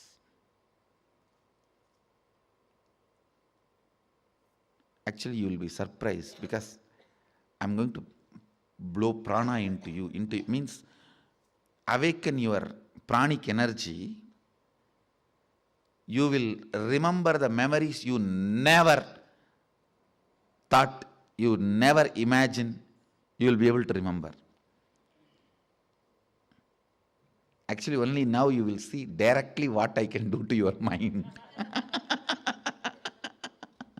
You will suddenly remember the deepest layers of your memory. You may even remember what happened during your birth, and even those scenes you may start seeing. Actually, I am going to blow prana into your navel center. You will be there only, I will be here only. I will be awakening you. See, the navel center, that means your umbilical cord connection with your mother, that is the zone stores earliest memories. And if that awakens, means Kundalini enters into that navel zone, suddenly you will see from your birth, when they cut that umbilical cord, from that you will start remembering the memories. I'll give you an example. If a child is playing in the rain, mother just slaps and brings the child and puts him in the house. The first inner image the child will develop, I am powerless, weak, orphan, victim. And the first outer image, even if the child is powerless, it will try to hit the wall or door, cry, it will demonstrate, I'll show you. The outer image it will show is, I have to survive, I'll show you who I am. I am powerful. And the life image, the image it will have about others, means who is in front of the child, only mother, cruel, demon. You can't tolerate my happiness. See, now you may think, no, my mother did it for my health reason, otherwise I would have caught cold, I would have caught fever, I would have died. All that now you will justify, but at that time, you will not have any of those justification. With that intelligence, you will create only this cognition. All of you are getting it? Actually, I am going to churn and awaken the Kundalini Shakti on your navel. How many of you understood this example? When the child is dragged, there are 3-4 rules. Always root pattern will be formed before the age of 7. So the first incident you find will be before the age of 7. If it is after 7, you will have to dig out and you will find it. Always the incident will be before the age of 7. That's one. Second, all major sufferings, whether it is physical or mental, you go through in the life will be connected to that root pattern. It is the root pattern responsible for serious physical or mental sufferings you go through. It starts only from there. And blessed are those who complete with their root pattern when they are young or before it manifests as any serious disorder. How many below 30? Raise your hand. You guys are the real blessed. Real blessed. Because it will never manifest as any disease in you. It's killed. Means the poison is destroyed before it can damage any part of you. Of course, others also, poison is destroyed. Now, but now I have to heal the parts which has already been damaged. The toxic mental setup which is already created, the subtle brain grooves get developed based on your thinking pattern. That needs to be completed. Means that work has to be done by tomorrow, next, the few sessions. Before 30, the strong grooves don't get developed. That is almost like a rangoli only. You can wipe it by ordinarily.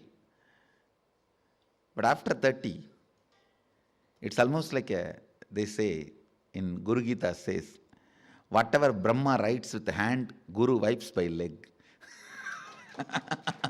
Brahma writes by hand, Guru wipes by leg. So this is the wiping I am supposed to do. The subtle grooves you develop in your brain with your toxic mental setup.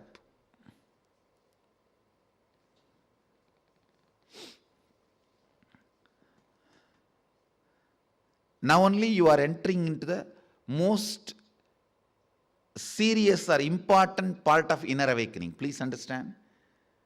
Last 4 days is more like a warming up session. I am introducing some concepts, some theories, some simple techniques, some simple, very entertaining processes. Today we are entering into a very serious transformation where literally many of your past loads will be wiped from you. Means you will forget them. It will just not be there. It will just not be there. But that not there zone, you would have never imagined can happen to you. You understand? See, you can never imagine some heavy load from you can be taken away once for all. So now this is the process we are going to enter. So much of load will be taken away once for all. Where not only they become irrelevant to you, they are just not there for you. That is the best space to be.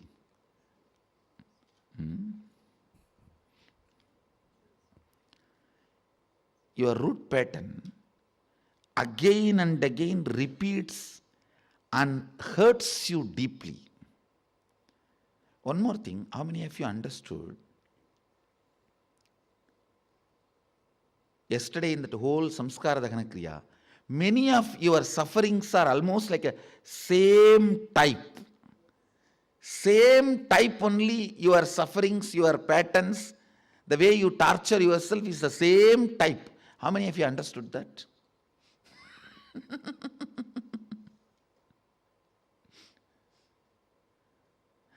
That will be disconnected or broken. It's like there is a pearl chain. If you just cut the center thread, the whole thing will fall apart. So today I am going to cut the center thread. The root pattern which makes your life go in the same trend of suffering. Listen. First thing, pain needs unconsciousness to exist. Listen. Pain needs unconsciousness for its existence. If you are conscious, pain cannot live inside you. If you are conscious, you have to be happy. Nothing can be done about it. If you are unconscious, you have to be in pain. Nothing can be done about it. Pain cannot be driven out of your system by attending to one part of you. If there is a knee pain, you attend to it, it will become stomach pain. If it is a stomach pain now, you give medicine and do what you want, it will become neck pain. If you drive that also out, it will become back pain. If you drive that also out, it will become a headache. If you drive that also out, it will become your wife.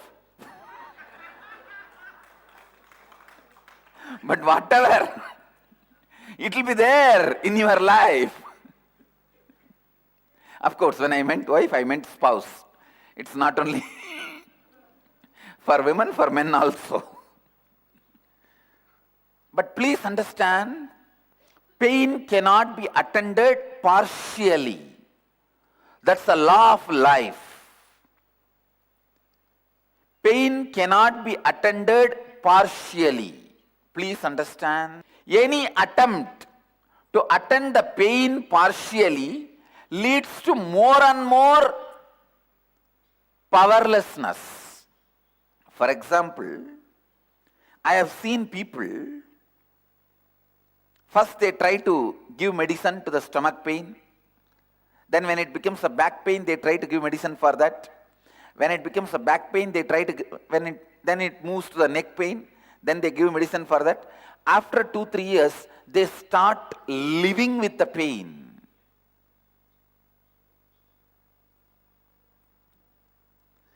They start living with the pain. It is now almost like they are experienced. Pain became their life and experience.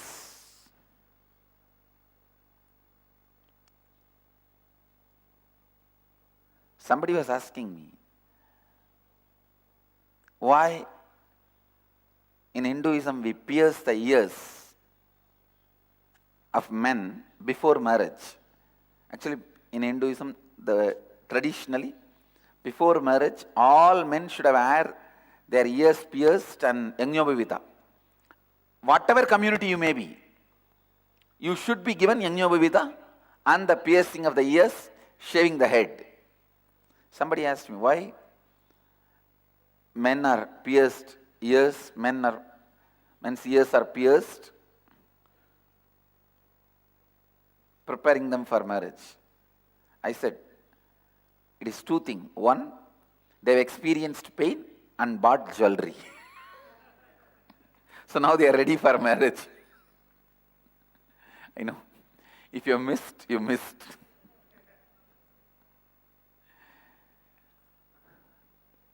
Unfortunately, we get settled with pain.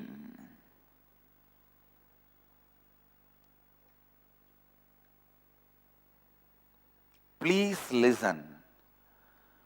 If you settle with pain, you age in such a bad way, pulling, pushing, dragging.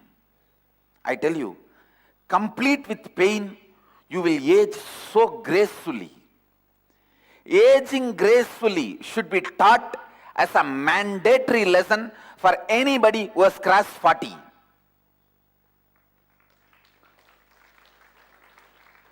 Actually, we should have the universities, this should become a compulsory education. By the age of 7, 1 year the child should learn about life and living with completion.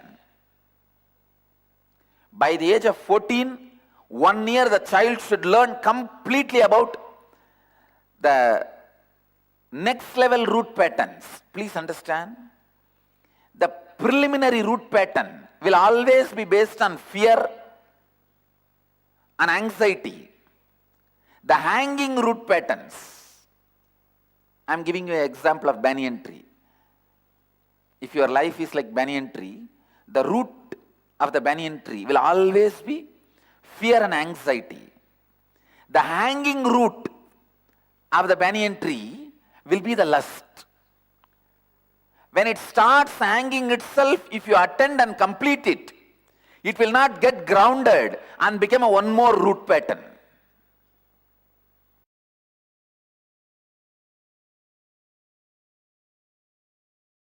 Beautiful. Now, your teaching, your core message is about living enlightenment. Yes. Please tell people what does that mean, living enlightenment, to someone who wouldn't understand that? I can say living enlightenment means living the enlightened space in your life, means no powerlessness. Always feeling powerful, excited, blissful is living enlightenment. I give 4 principles, important principles for living enlightenment. 1. Integrity.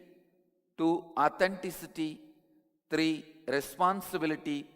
4th. Enriching yourself and others. These 4 steps, or I can say these 4 principles, are the principles of living enlightenment. Basically, human beings can live complete powerful space. They don't need to go through the powerless space. Because of our continuous suffering patterns, the powerlessness patterns, brooding over patterns, we again and again infuse suffering into our thinking and living. So, finding out the root pattern we carry and completing with it, living continuously in a powerful space as an inner awakened being is living enlightenment. Beautiful. Now you mentioned completion, completing. For someone who doesn't understand that, what do you mean when you talk about completing and how that connects with creation? From the young age, we develop patterns which puts us in a very powerless space, which puts us in a very inadequate cognition. Our past inadequate, powerless experiences makes us live with inadequate cognition even in the present moment. So it affects our present life. It makes us live a very powerless life. Finding out the root pattern, which is reason, cause for our inadequate cognition, and completing with it liberates us from all the sufferings, incomplete patterns, incomplete engraved memories. In Sanskrit, we use the word karma.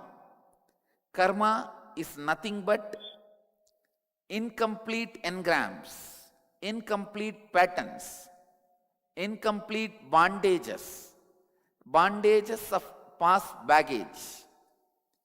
If we go through the process of completion, then suddenly not only you are liberated from the inadequate cognitions of the past, so much of vast inner space is available for new creation.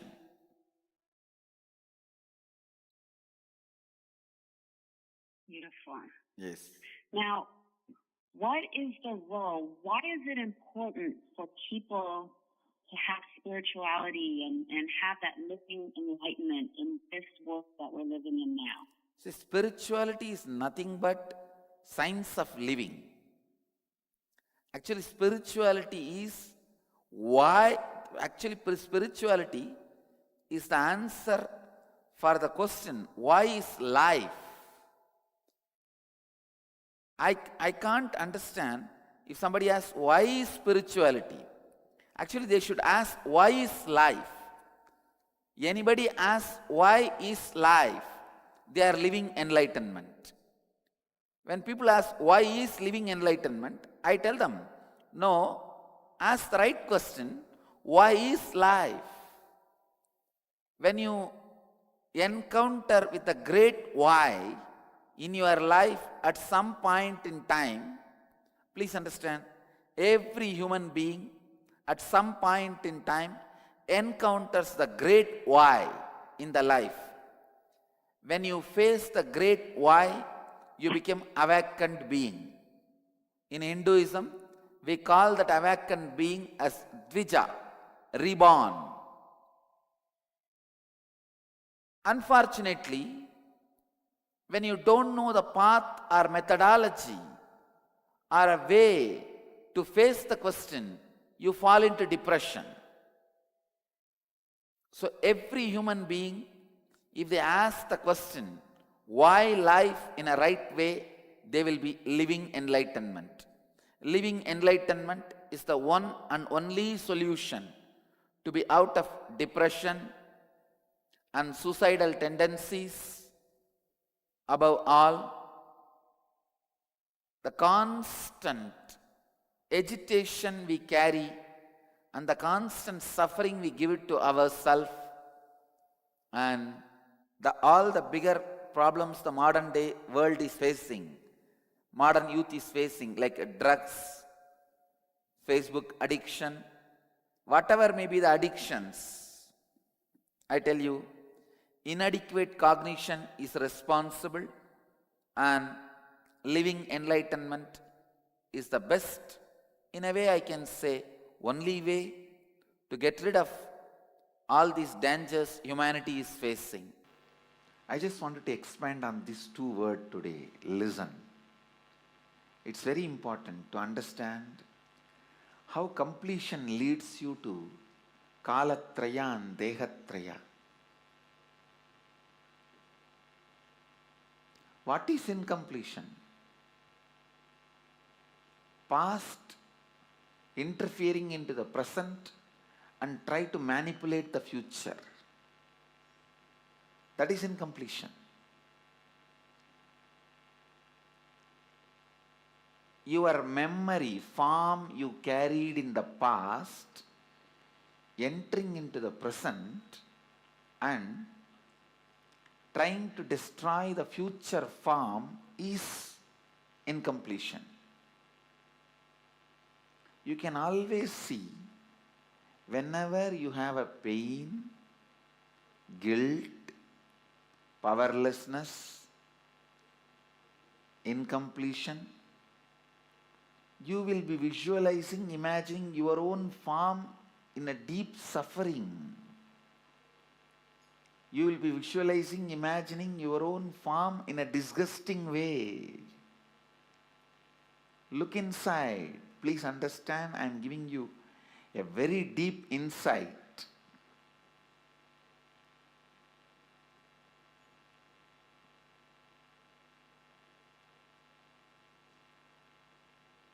Whenever you are powerless, angry, violent, incomplete, look in, you will be remembering your own form from the past, which is actually you will be flashing your own photograph in your screen. Let me talk in the language of computer, you will understand. You will be running your own photographs in your screen, inner space screen, which is taken during the very sad, depressed moments.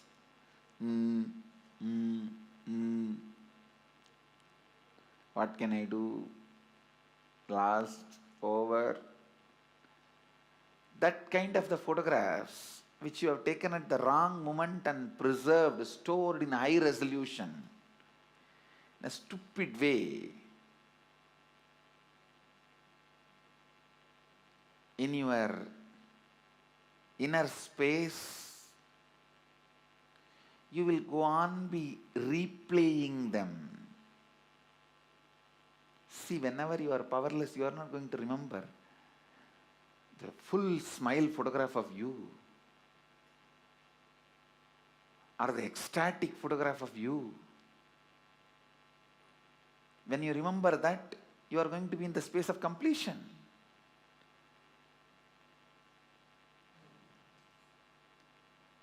The deha, form you carry during incompletion, just by remembrance awakens the same incompletion. Understand? Just by remembrance something can bring incompletion or completion. Just by remembrance, something can bring incompletion or completion.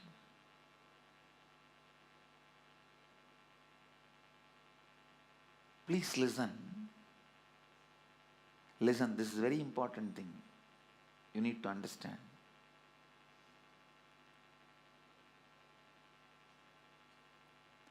The inside understandings you carry as what you are, who you are, is very important. I am telling you, the moment I decided to realign myself, so much of unnecessary hangover has disappeared. Unnecessary incompletions have disappeared. You will be something special if you reside in the space of responsibility, wherever you are. It is the depth of the responsibility.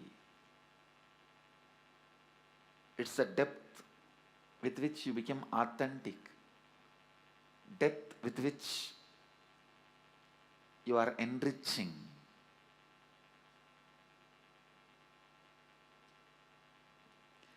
Depth of the vibration of your being.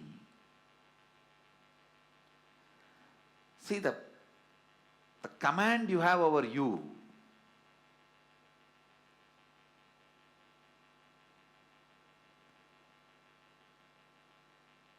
I am telling you, the command you have over you, you will have over everything around you.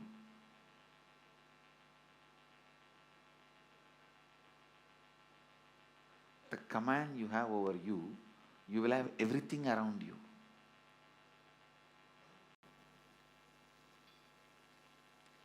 Kalatrayatitam,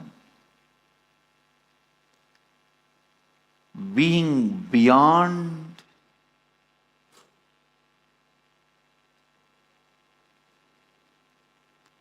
the three times.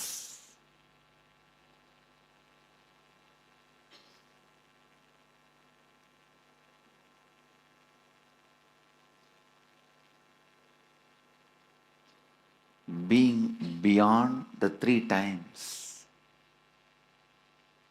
Past, present, future.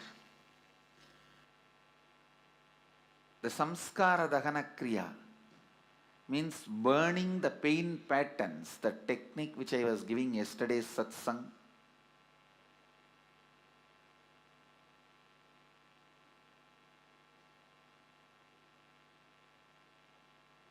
The samskara dahana kriya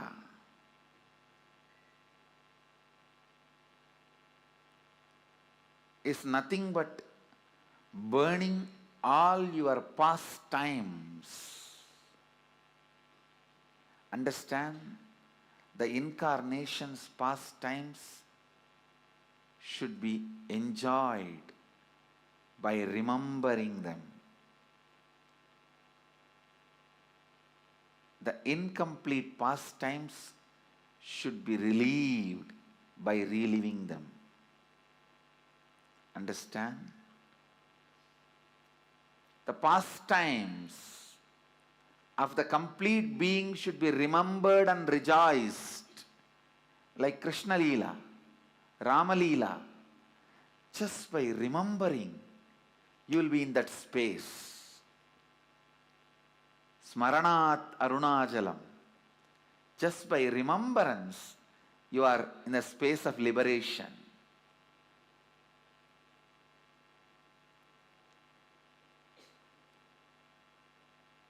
The beings who were complete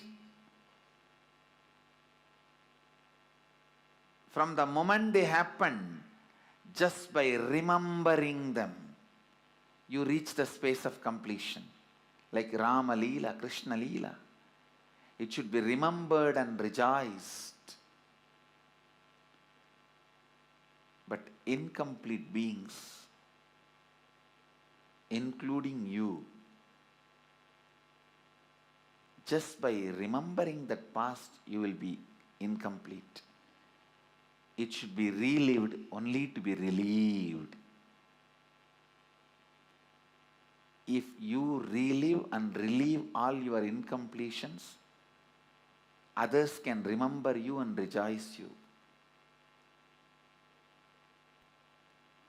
If you don't relive and relieve all your incompletions, filled with incompletions, even by remembering, others will be in pain. Understand, please understand. Some suffering happened 10 years before to you or to somebody. It does not matter. Any incompletion related to 10 years before, whether it happened to you in your life or somebody's life, the moment you remember, you will become incomplete. First, when you complete all your own incompletions,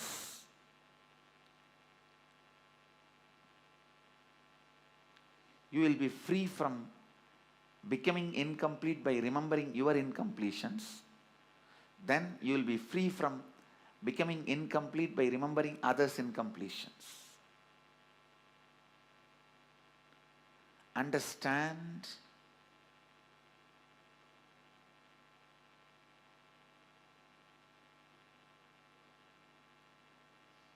The more and more samskara dahana kriya you do, more and more you become kalatrayatita.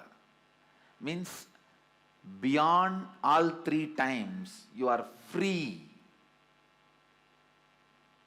You go beyond all three times.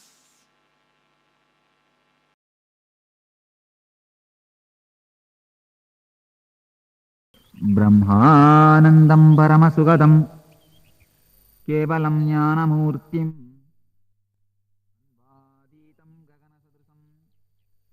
तत्त्वमस्यादिलक्ष्यम् एकं नित्यं विमलमचलं सर्वदी साक्षिभूतं भावातीतं त्रिगुणरहितं सद्गुरुं तं Namami.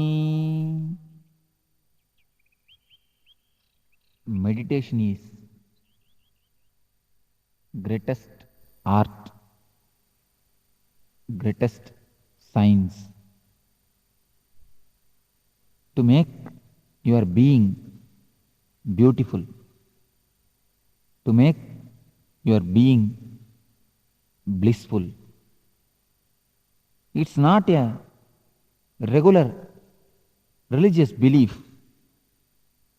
or a faith system. It is something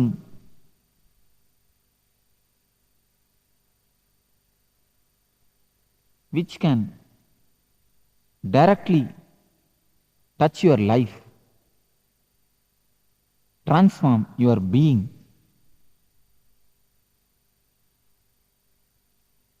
which is practical spiritual life. It's not a belief system. Of course, it is anti-belief.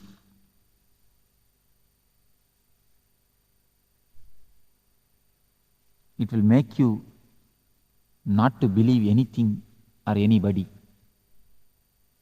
You will be completely independent and individual. As it has become a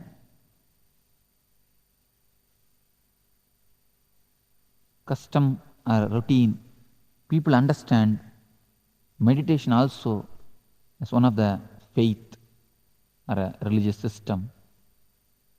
No. It will make you religious, that is true, but meditation is not religion. It is practical spiritual system. It's a science to transform your life.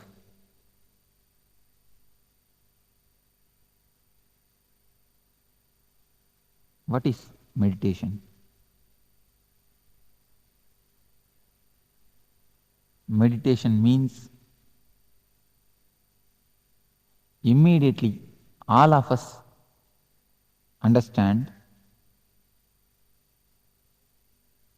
or try to imagine an old man with big beard sitting in the bank of some river, closing his eyes silently, trying to hum small mantras.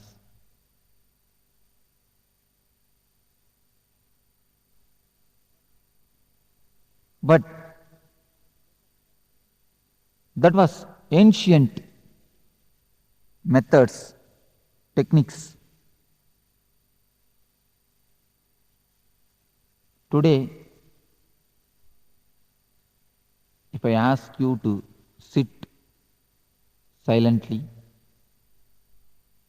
and control your mind, what will be the result? All of you can try a method. Just try to sit and make your mind quite calm, peaceful, blissful. What will be the result? Most of you who tried some ancient traditional meditation techniques or other systems to control your mind will know how futile it is, how disturbing it is.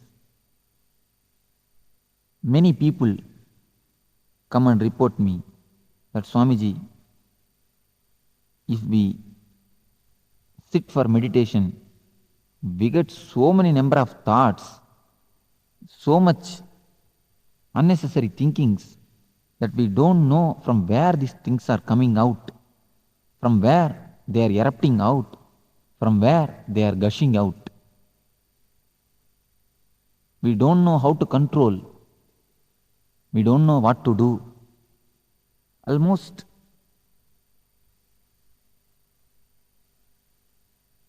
we are mad. We feel that we are mad. There is a small story. Once a man wanted to meditate, went and asked a guru, please give me some mantra that I want to meditate.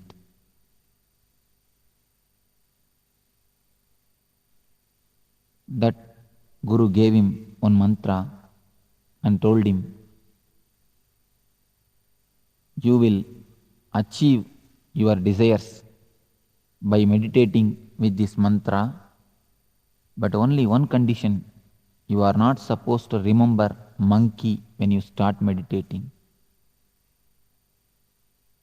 This man told, okay, oh yes, verily, this is not a big condition, because none of us remember monkey, and he also never remembers monkey, unless he is the devotee of Anjaneya. He is not a devotee, and he never remembers also. He came, took his bath, and sat for meditation. As soon as he started the mantra, you all can really imagine what would be the first thing which entered in his mind, thought which occurred in his mind. Surely nothing but monkey. Guru has already given an instruction. If you remember monkey, immediately you should take bath once and then you should sit for meditation. As soon as he remembered monkey, he went to take bath He took bath, came back and started the mantra.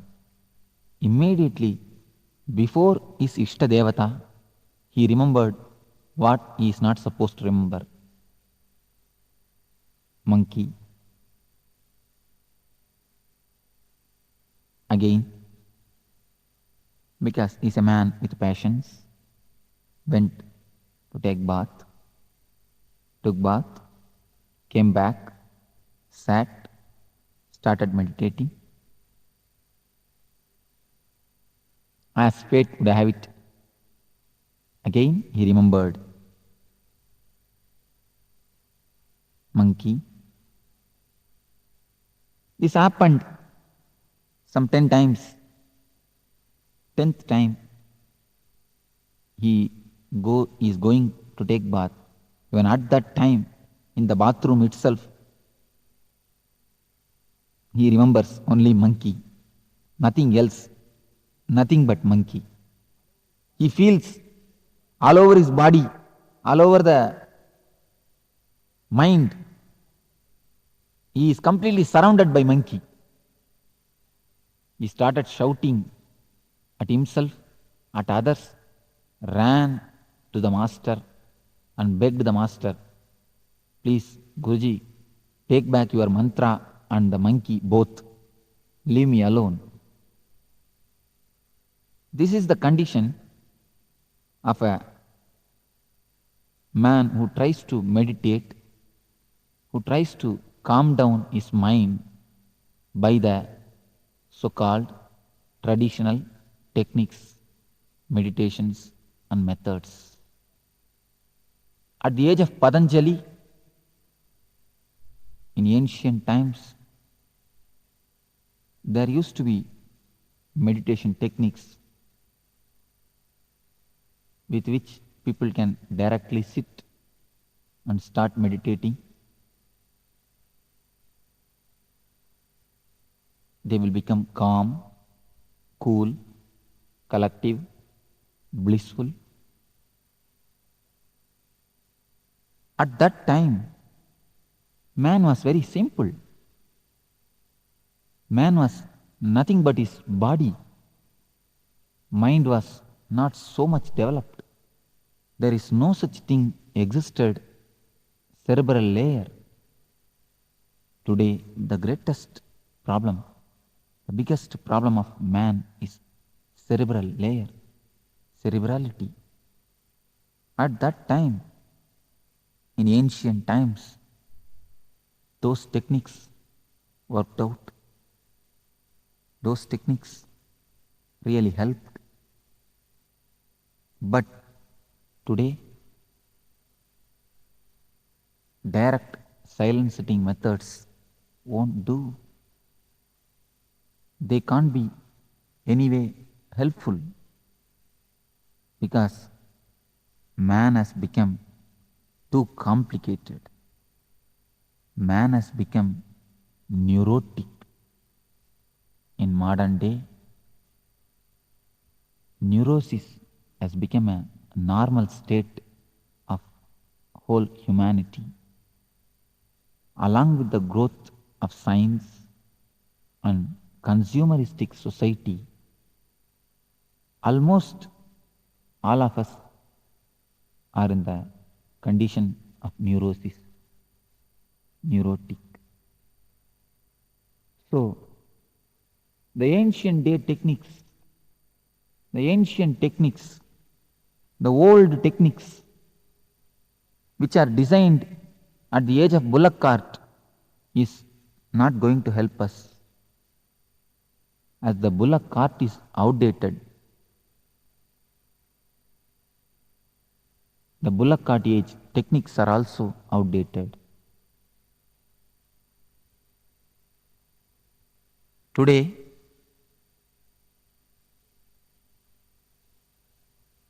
techniques designed at the age of bullock cart, you may be able to have a little bit benefit, no doubt. You will be able to travel, but only in the bullock cart speed,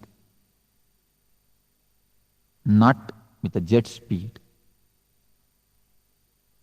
But today is jet age. So modern day masters, modern day mystics have designed techniques with which you can travel in a jet speed in your inner space, inner sky, where you can fly yourself from alone to alone. Here is a technique which is called Dukkha Harana, to make you flower, to make bliss, Ananda to flower in you, to transform your being. This technique will help you really to meditate, throwing out your cerebral layer. Let us see what is cerebral layer. Complication in the mind which is created by medias is cerebral layer. Continuously you are bombarded by medias, TV, radio, advertisement boards, hoardings, newspaper, many consumeristic ideas, consumer products are injected in your being. You are hypnotized, you are continuously mesmerized. For example, wherever you turn, a certain product is advertised. Lux is best soap. In book, you read the same thing. In paper, you read the same thing. In TV, you see the same thing. In radio, you hear the same thing. In hoardings also, you see the same thing. Then, naturally, when you go to shop in a half-sleep state, you ask, give me Lux. Just like that, whole your being is completely filled with the cerebral ideas, with the imaginary livings, with a lot of imaginations. Unless you throw out your suppressed desires, suppressed emotions from your being, you can't sit quietly. You can't sit silently. This is the meditation through which I am trying to pull out the insanity in you. I am not trying to force sanity in you. I am trying to bring out, erupt out the insanity in you. Then naturally sanity, bliss will flower, blossom in you. You are already in Nithyananda. You are with Nithyananda. Only thing, I have to kill the dukkha. I have to kill the layer of dukkha. I have to cut the layer of dukkha to make you Nithyananda. I have to bring it out, the dukkha which is in you. This technique will help you to kill the dukkha, to throw out the dukkha from you. That is why this is called dukkha harana. This technique will help you to throw out all the suppressed emotions, repressed anger, and cleanse your being, make you well-being. Let us enter into the technique. This is called dukkha harana. Various masters have used this technique using various names. This technique is designed from the message of all the enlightened mystics. First, this technique lasts for 30 minutes. First 10 minutes, chaotic breathing, deep breathing with no system, with no regular breathing system. First 10 minutes, you are supposed to breathe chaotically. We start with breathing because breathing is the bridge to universe. Breathing is the system with which you are living. With breathing, you are alive. Your mind and breathing has got a deep relationship between each other. If your mind is calm, your breath also will be slow, steady. If your mind is aggressive, restless, your breath also will be restless. So your breath and mind is very closely connected. Unless you work with your breath, you can't directly work with your mind. So the first 10 minutes, chaotic breathing to create a chaos in your repressed system. You have repressed a lot of emotions in you. So when you deeply breathe, all your mental system is completely made alive. Deep, fast breathing will give you more oxygen. When the body gets more oxygen, you become more alive, more vital. Now, as you are only half dead and half alive. You have to be made fully alive, fully awake.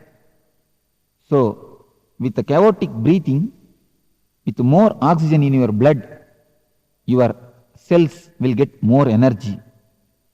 When your body cells get more energy and alive, the oxygenation helps you to create more body electricity, more bioenergy. So this bioenergy, this body electricity will make you more alive, will melt all the repressed emotions which are in your being like a ice. The cold, frozen ice in your nervous system, the repressed emotions will start melt. The next step, the second step is catharsis. What is meant by catharsis? What is the need of catharsis? Catharsis means throwing out all the poisons in you. If you want to scream, scream. Give complete freedom to your body. Allow whatever expressions. Just scream, shout, roll, sing, dance, jump, make faces. Speak the language which you don't know. If you know Kannada, speak Tamil. If you know Tamil, speak English. Shout like animals. Through this technique, through this catharsis, you will throw out all the repressed emotions, all the suppressed emotional hangovers.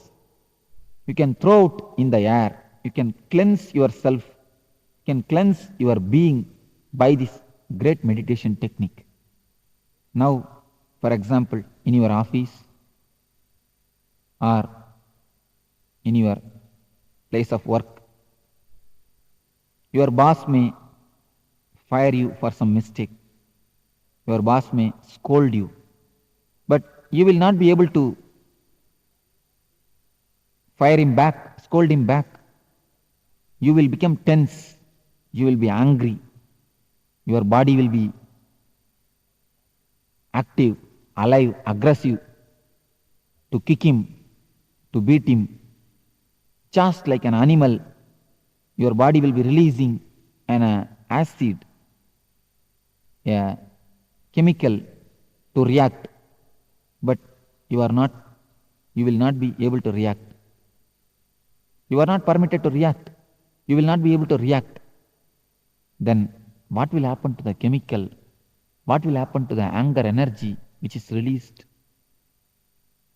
You will suppress it. You are going in two-wheeler on the street. In signal you are stopping.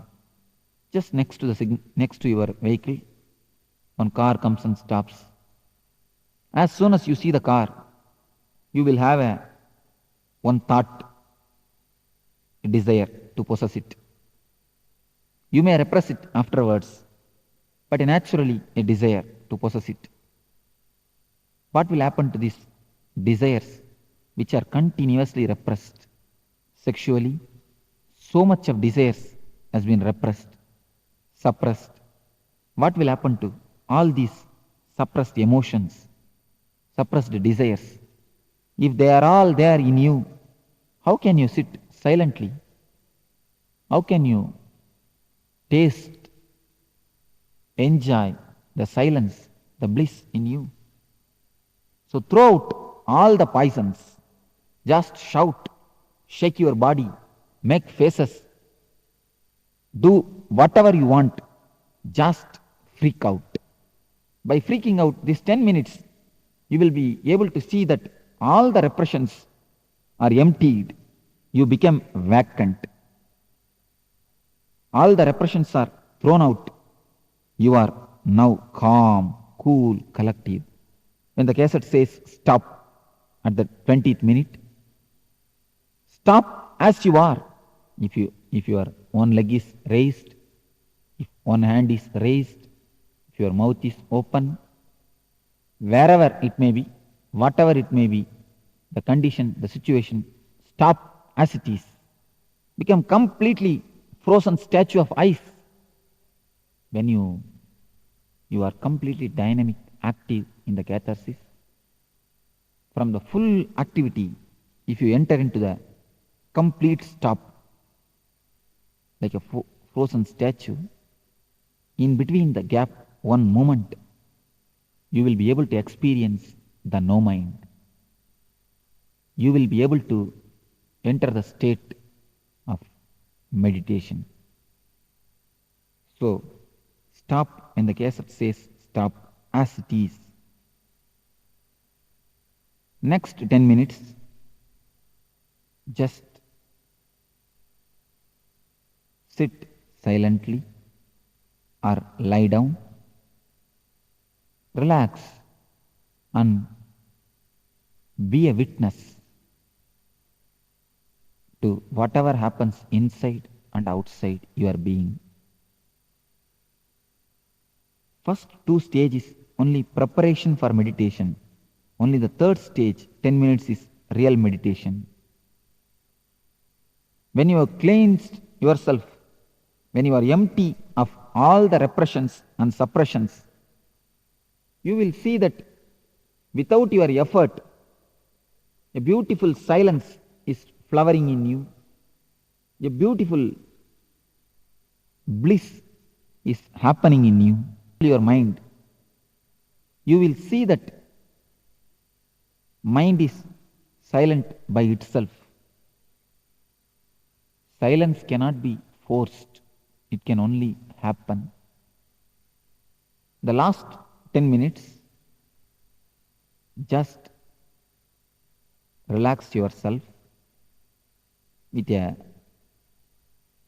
smiling face and blissful mood. This is the key. Silent face and blissful mood. Completely relax. Don't concentrate on anything. Just be aware of whatever happening inside and outside your being. There may be many experiences. You don't have to worry, bother about experiences. Just as you watch TV, as you watch television, movies, layer by layer, film by film, picture by picture, watch your mind, thought by thought. Be completely relaxed.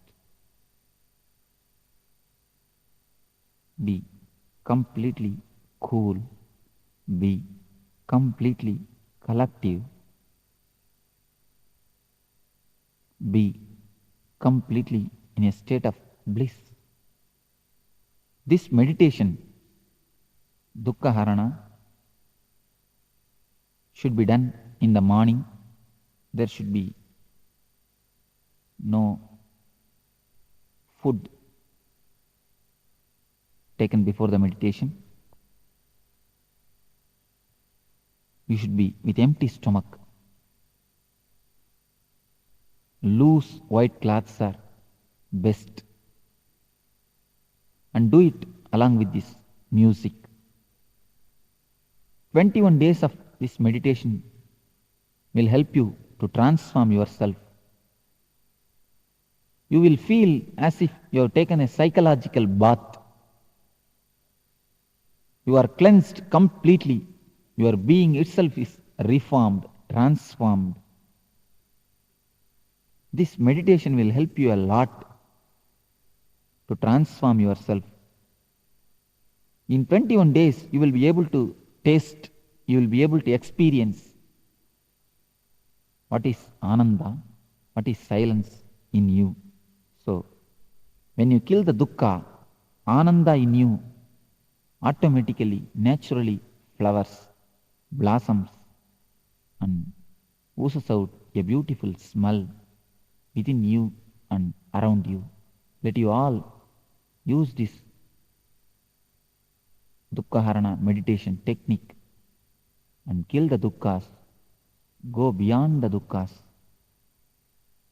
and enter into the blissful state, enter into the bliss and be with Nithyananda.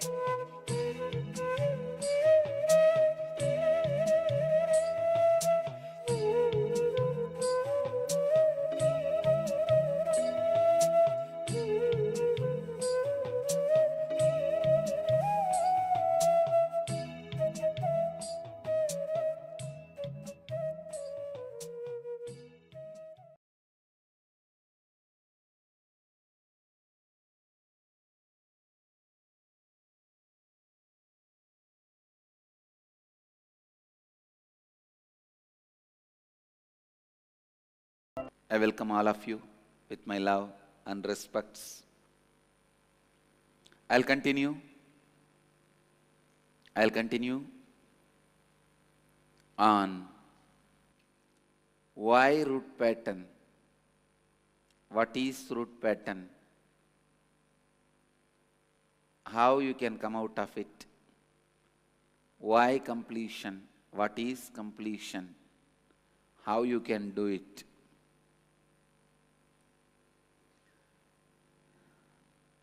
First thing I wanted to tell you, without discovering your root pattern and completing it and breaking the pattern of functioning based on root pattern, please understand, completion means stopping functioning on the same way of functioning.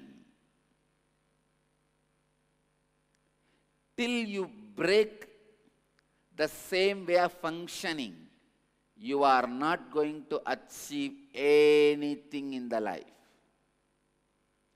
Nothing can be achieved in the life. I tell you, the moment you discovered the root pattern, completion is one side. Even till completion, decide not to function based on the root pattern. That decision frees you, liberates you from the root pattern. I have seen people stuck with that poverty consciousness will have so much of insecurity. Even after you discover your root pattern, if you decide not to function on the same way, only then the new possibilities in your life starts opening. And same way I have seen the rich guys living in the pattern of spendthrift, left and right spending, without even knowing or bothered about the future. Not thinking or planning about future, not bothered about future, does not mean you are fearless or you don't have insecurity. Understand? Not knowing about death does not mean you are not going to have death. That does not mean you need to think about death 24 hours. The insecurity which comes because of poverty and being spendthrift because you don't care about future, both are one and the same. Understand?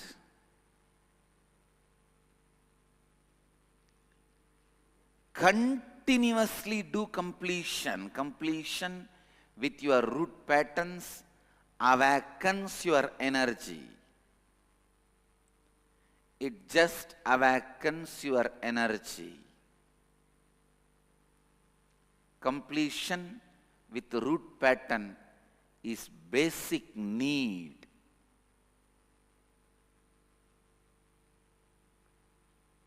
When some people carry the root patterns and enter into the life, life is so boring, torturous. Only when you remove the root patterns, you will start trusting you. Understand, just understand. You take strong decisions with all your will. I will crush lust. I will crush fear. In 10 days, either you see a horror movie or pornography, all your decisions are lost. It's all in the air. You are down. Down with your patterns of fear or lust.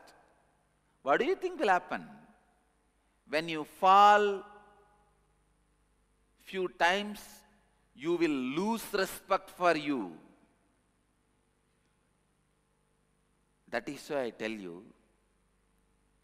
before you complete with your root pattern, any effort you do for joy, liberation, contentment,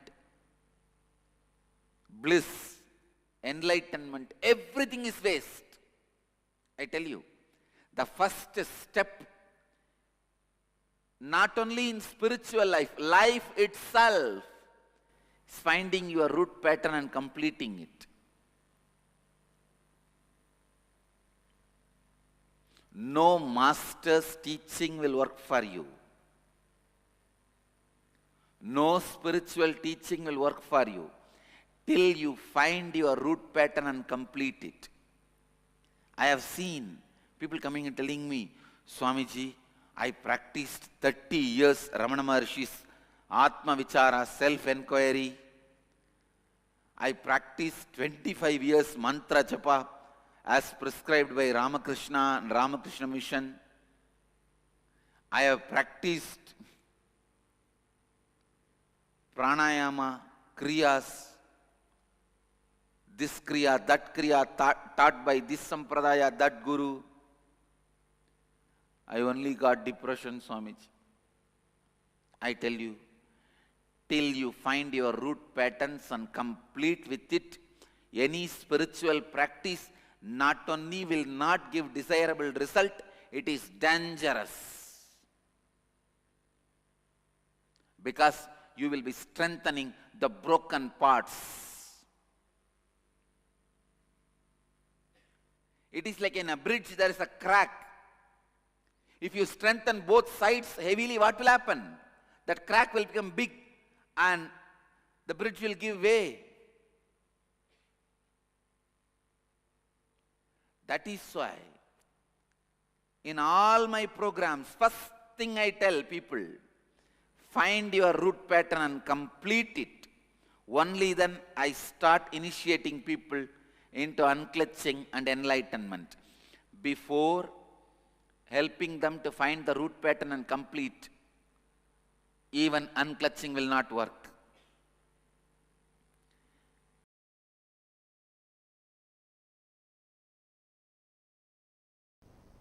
Understand, burning the root pattern is very important so that it doesn't grow more and more. Patterns don't grow more and more, but completing with all other patterns are also very important. Like the results of the pain pattern, results of the root patterns caused. For example, the main cause of the root pattern is your life.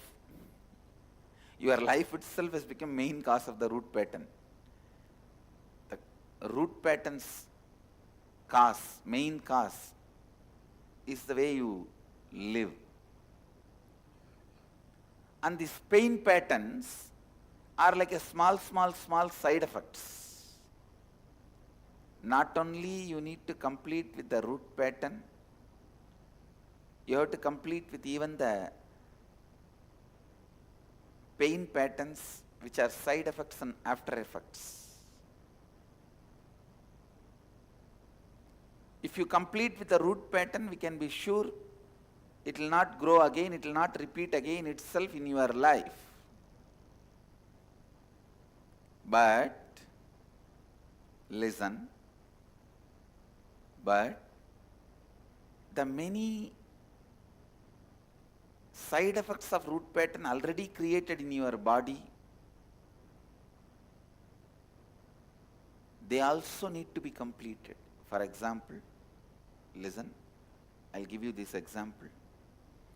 Because of root pattern, so many permanent damages are done to your body and mind.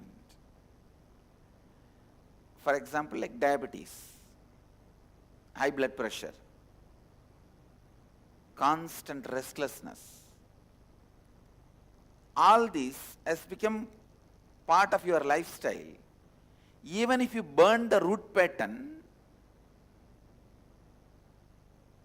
This permanent damages done to your lifestyle, like diabetes, high blood pressure, constant irritation mood, depression, all this will go away only when you work on all the pain patterns created by root patterns all these years which you entertained. See, once you burn the root pattern, it will not come back again from tomorrow and repeat in your life. But what about the many permanent damages done to your body all these years because of the root pattern? Those are called pain patterns. If you burn the root pattern immediately, you will not be out of your diabetes. You will not be out of your high blood pressure. You have to complete with every pain pattern, which is the ripple effect of the root pattern in you. That is what we are going to do today. The good news is, it can be done. Best news is, I am going to assist you. I'll make it happen. But I tell you, the moment you complete with all these various pain patterns, so many things which you thought permanent disorders will just melt down. Diabetes, high blood pressure, all these. Allopathy says permanent disorders means like you have to take the medication for the whole life, because they don't know the solution. And at one level, they know the solution, they don't want people to know the solution. See, when your body is the income source for the pharmaceutical industries, why will they cure you? No, your expectation is wrong. It is like you go to an engineer and try to expect that he will serve you food. No.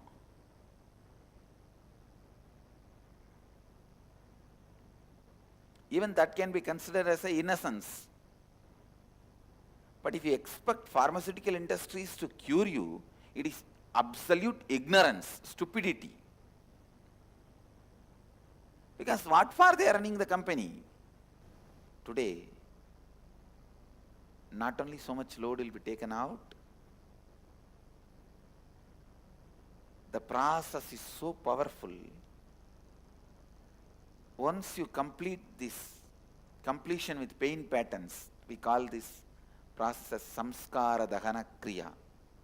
Once you do this process and complete it, after today, from tomorrow, you don't need to sit and do completion, just your decision you will be complete. If you can be in the space of completion just by decision, you are living enlightenment. Understand?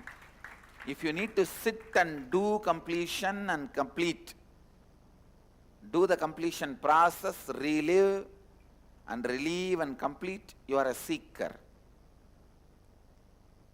If you are able to achieve the completion space just by the decision, I am completing, the spontaneous completion, and that incompletions do not come back to your inner space again and disturb you at all, you are free. If you live in this space, you are living enlightenment. Understand?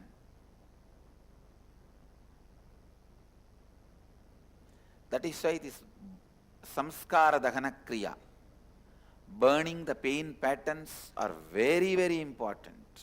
Burning the pain patterns are very, very important.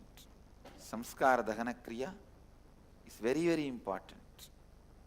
I tell you, so many things which terrorizes you in your life, so many things which terrorizes you in your life will not even have place in your life. You won't even remember them in your life once you complete this pain samskaras. Once you complete with all the pain patterns, once you complete with all the pain samskaras, once the samskara dahana kriya is done, Today, whole day you will be completing. The completion whole day.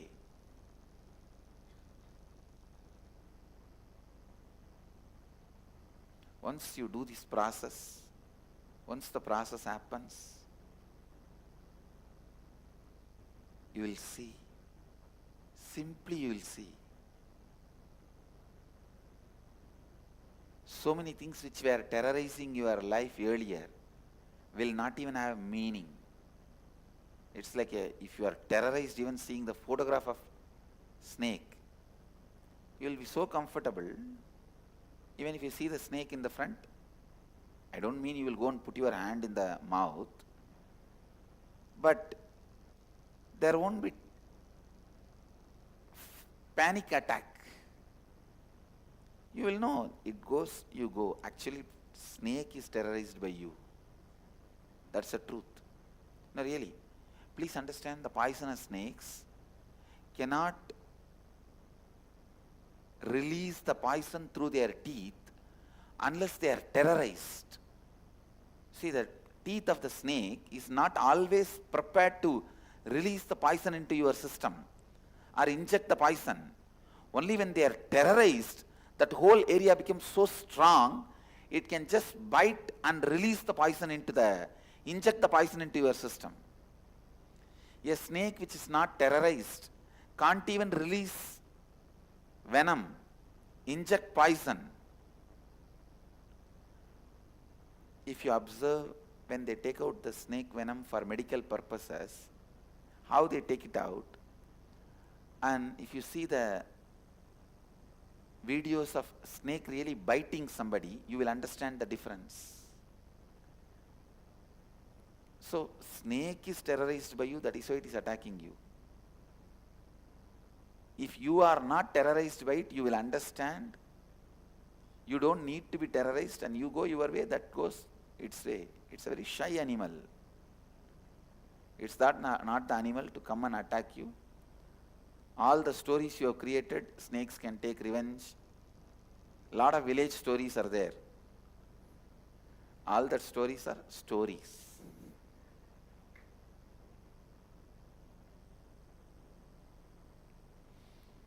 Listen, so many things which terrorizes you, which can terrorize you.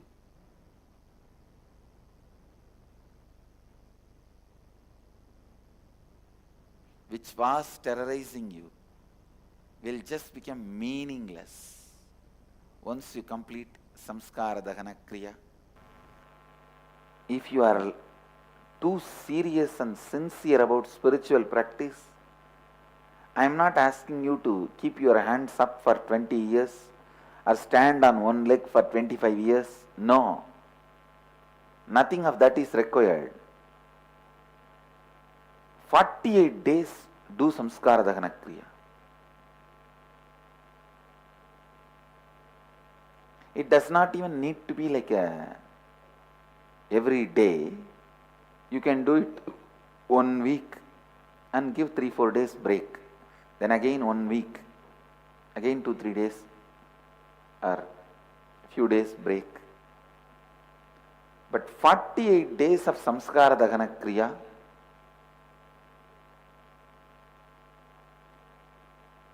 can solve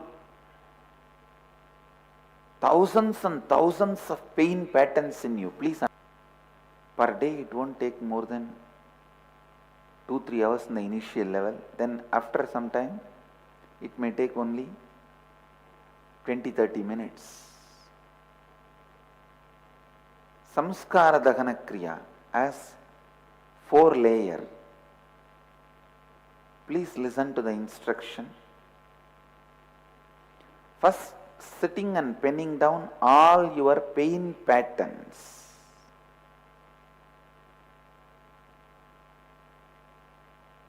Then reliving them in your inner space. Then reliving them using the mirror and sitting with somebody and sharing and listening providing listening for them to complete. Understand the signs of completion. Understand the signs of completion is so powerful.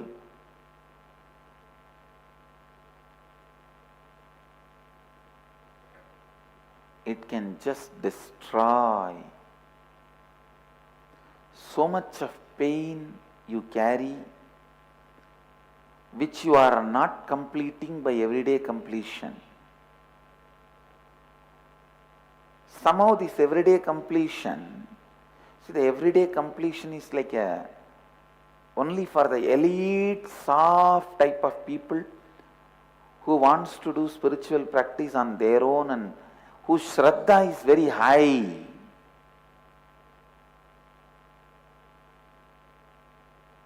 But till you evolve to that level, you need a very grass practice. Samskara Dahana Kriya is the best, where you yourself can understand whether you did it or not, and others also will understand whether you did it or not.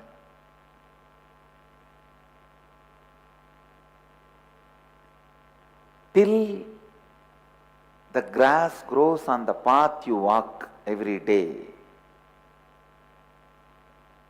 Please understand, that is the signal. The ground on which you are walking every day, the grass should not die. Then you don't have pain body.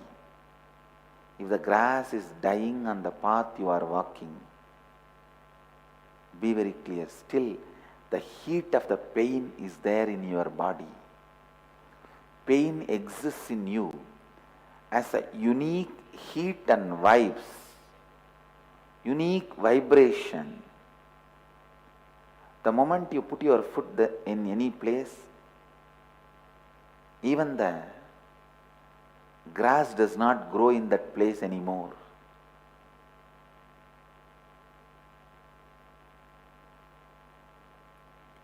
Till the grass starts growing in a place you walk.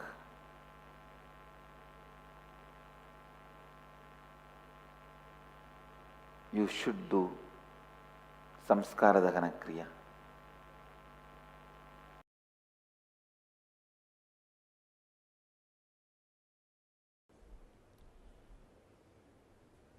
Reducing the engram into thought is the essence of this sutra.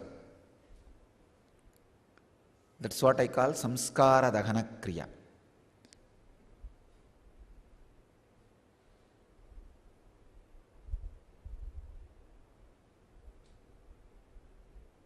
This process of Samskara Dahana Kriya, by talking it out without you responding emotionally to it, or a person who does not respond emotionally to it. See, when you have a person who does not console you or criticize you, when you share with that person, suddenly the engram goes through a very difficult space where neither a person who is uttering nor a person who is listening adding attachment to it. So the engram feels insecure, gets shivered, and slowly it falls into the space of thought. It is no more engram. This is one of the powerful process, one of the best cathartic method. There are hundreds of catharsis method where the engrams slowly can be converted into thoughts. This Samskara Dahana Kriya is a very powerful process. Have a person who is not supposed to respond, does not judge, does not sympathize. Sympathizers are tranquilizers. Anybody who sympathizes with your engram or putting you in that kind of a tranquilized mood means they are making you unconscious. They give you the anesthetic effect. That is why you want always somebody who sympathizes with you and who gives you a kind of a unconscious support. You pick up only those kind of friends and you love to talk to them through phone or directly. You feel that they give you power. No, they are giving you anesthesia. Avoid the people who sympathize with you. They will destroy you. Because they go on, will be supporting your engrams and they will become more stronger and stronger than you. Those engrams will become more powerful than you. So, do not have sympathizers. Sympathizers are more like a anesthesia. So have somebody who does not judge you, sympathize you, or respond to you, just listens to you. Go on telling all the stories, all the engrams. Suddenly you will see, when there is no response from the other side, the response from this side also drops. And it becomes just information. It does not hold any more power over you. It does not have any attachment. Slowly the attachment loses. Then the engram gets converted into thought. When it is just thought, it is very easy to burn it just with a simple click or one satori. If it is just thought, simple presence of the master is enough, it will be burnt. Nothing else is required. Nothing else is required.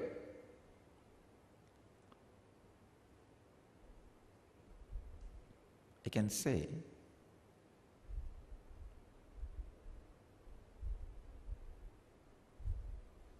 thoughts are more like a Word document. Engrams are more like a high resolution pictures.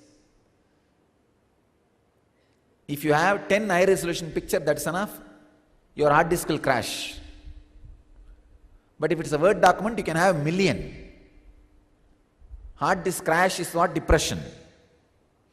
Your inner space is filled with too many high resolution pictures. The more you are attached to it, more high resolution it is. Converting all your high resolution pictures into Word document is what I call samskara dahana kriya. The unique process we will do now, you are literally going to write your autobiography.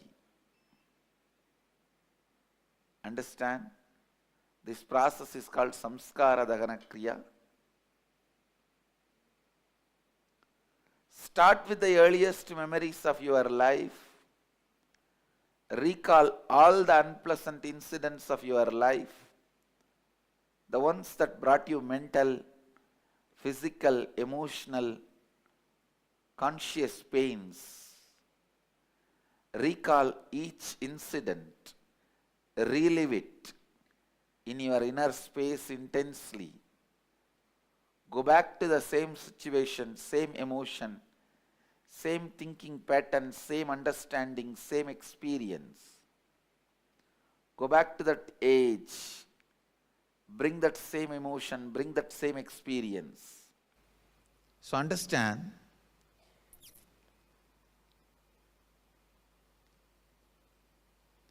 start with the earliest memory of your life. Recall all the unpleasant incidents of your life. The ones that brought you mental, emotional or physical pain. As you recall each incident, relive it in your inner space intensely. Go back to the same situation, same emotions, same thinking, same understanding, same experience, etc. Go back to that age. Bring that same emotion, bring that same experience. relive and write down each incident clearly as if you are writing your story. Do not censor anything. Do not avoid any incident. Write each and every incident so that you complete. Understand one more thing. Even if you have done this process already once, samskara dagana kriya already few times, don't think you have done. Till you become enlightened, something is sitting inside. So dig out, do it as many times as possible. It is one of the most powerful spiritual practice. The samskara dagana kriya, every time you do, you become new. So much is cleansed. So much which you forgot comes out from the unconscious layer. The quality of your completion becomes deeper and deeper with more and more completion. Please do not talk to others. It is time to talk to you. It is time to listen to you. Around 5,000 years ago, at the end of Mahabharat War, the ancient enlightened Hindu civilization consisted of 10,000 Hindu traditions, or sampradayas, that existed in 56 Hindu nations, 200 Hindu kingdoms, 1,700 Hindu provinces that covered more than 6 million kilometers square of Asia. The Supreme Pontiff of Hinduism, SPH, Bhagavan Sri Nithyananda Paramashivoham, is the reviver of Kailasa, this ancient enlightened Hindu civilizational nation. Kailasa is an unbroken cultural, religious, historical, civilizational, and sovereign continuation and revival of multiple of these historical Hindu sovereign states and Hindu ecclesiastical entities. The unbroken continuity of these ancient Hindu nations through Kailasa results in the legal recognition of Kailasa as per the international customary law, particularly the doctrine of continuity.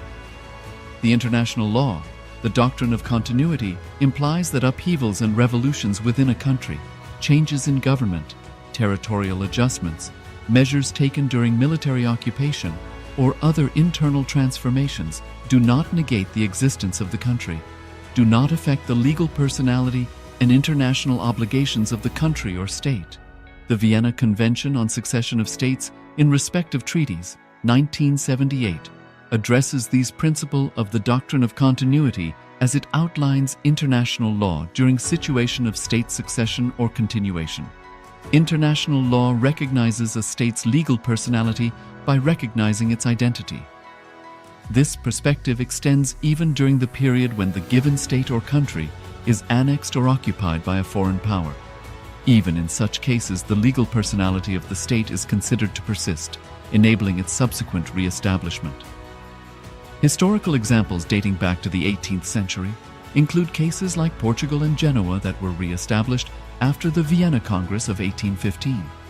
More recent examples include countries such as Poland, Ethiopia, Czechoslovakia, Albania, and Austria that were re-established after World War II. Even when a nation is deprived of its territory, the nation continues to persist. The Dalai Lama, as the spiritual and temporal leader of Tibet, exemplifies this principle. In 1959, the Dalai Lama was exiled and forced to flee. Despite the challenges faced, the Dalai Lama continues to advocate for the preservation of Tibetan culture and garners worldwide support for Tibetan autonomy on the global stage.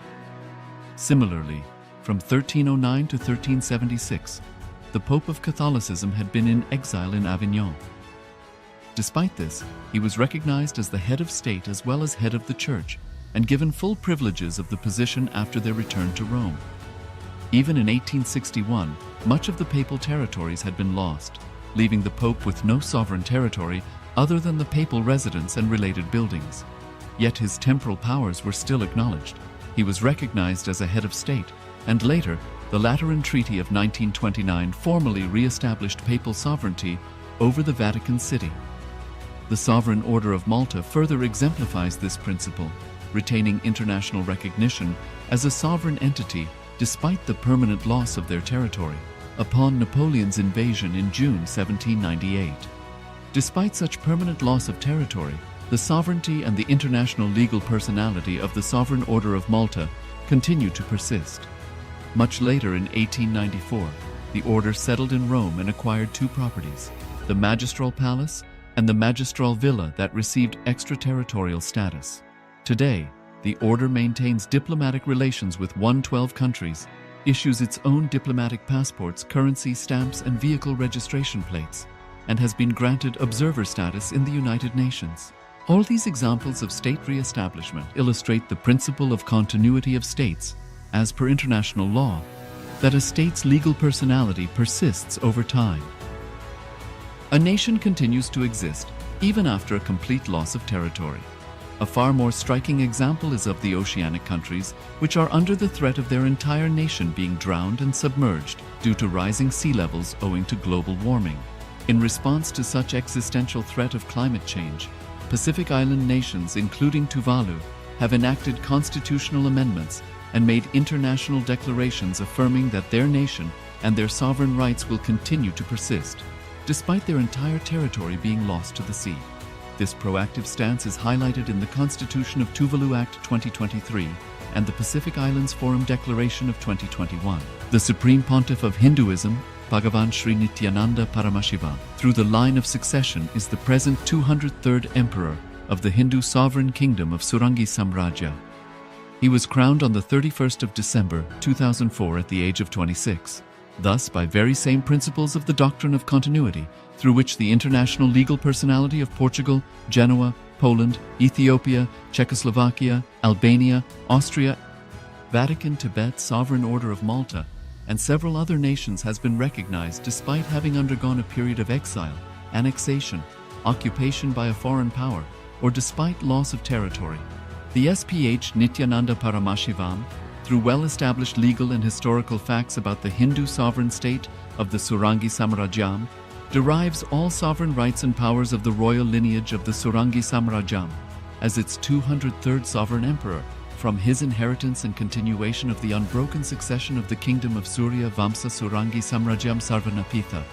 Surya Vamsa Surangi Samrajyam, through unification with 20 other sovereign Hindu states and sovereign ecclesiastical, historical entities, became part of the United States of Kailasa, which thus became a sovereign independent juridical state, with the SPH Nithyananda Paramashivoham as the sovereign.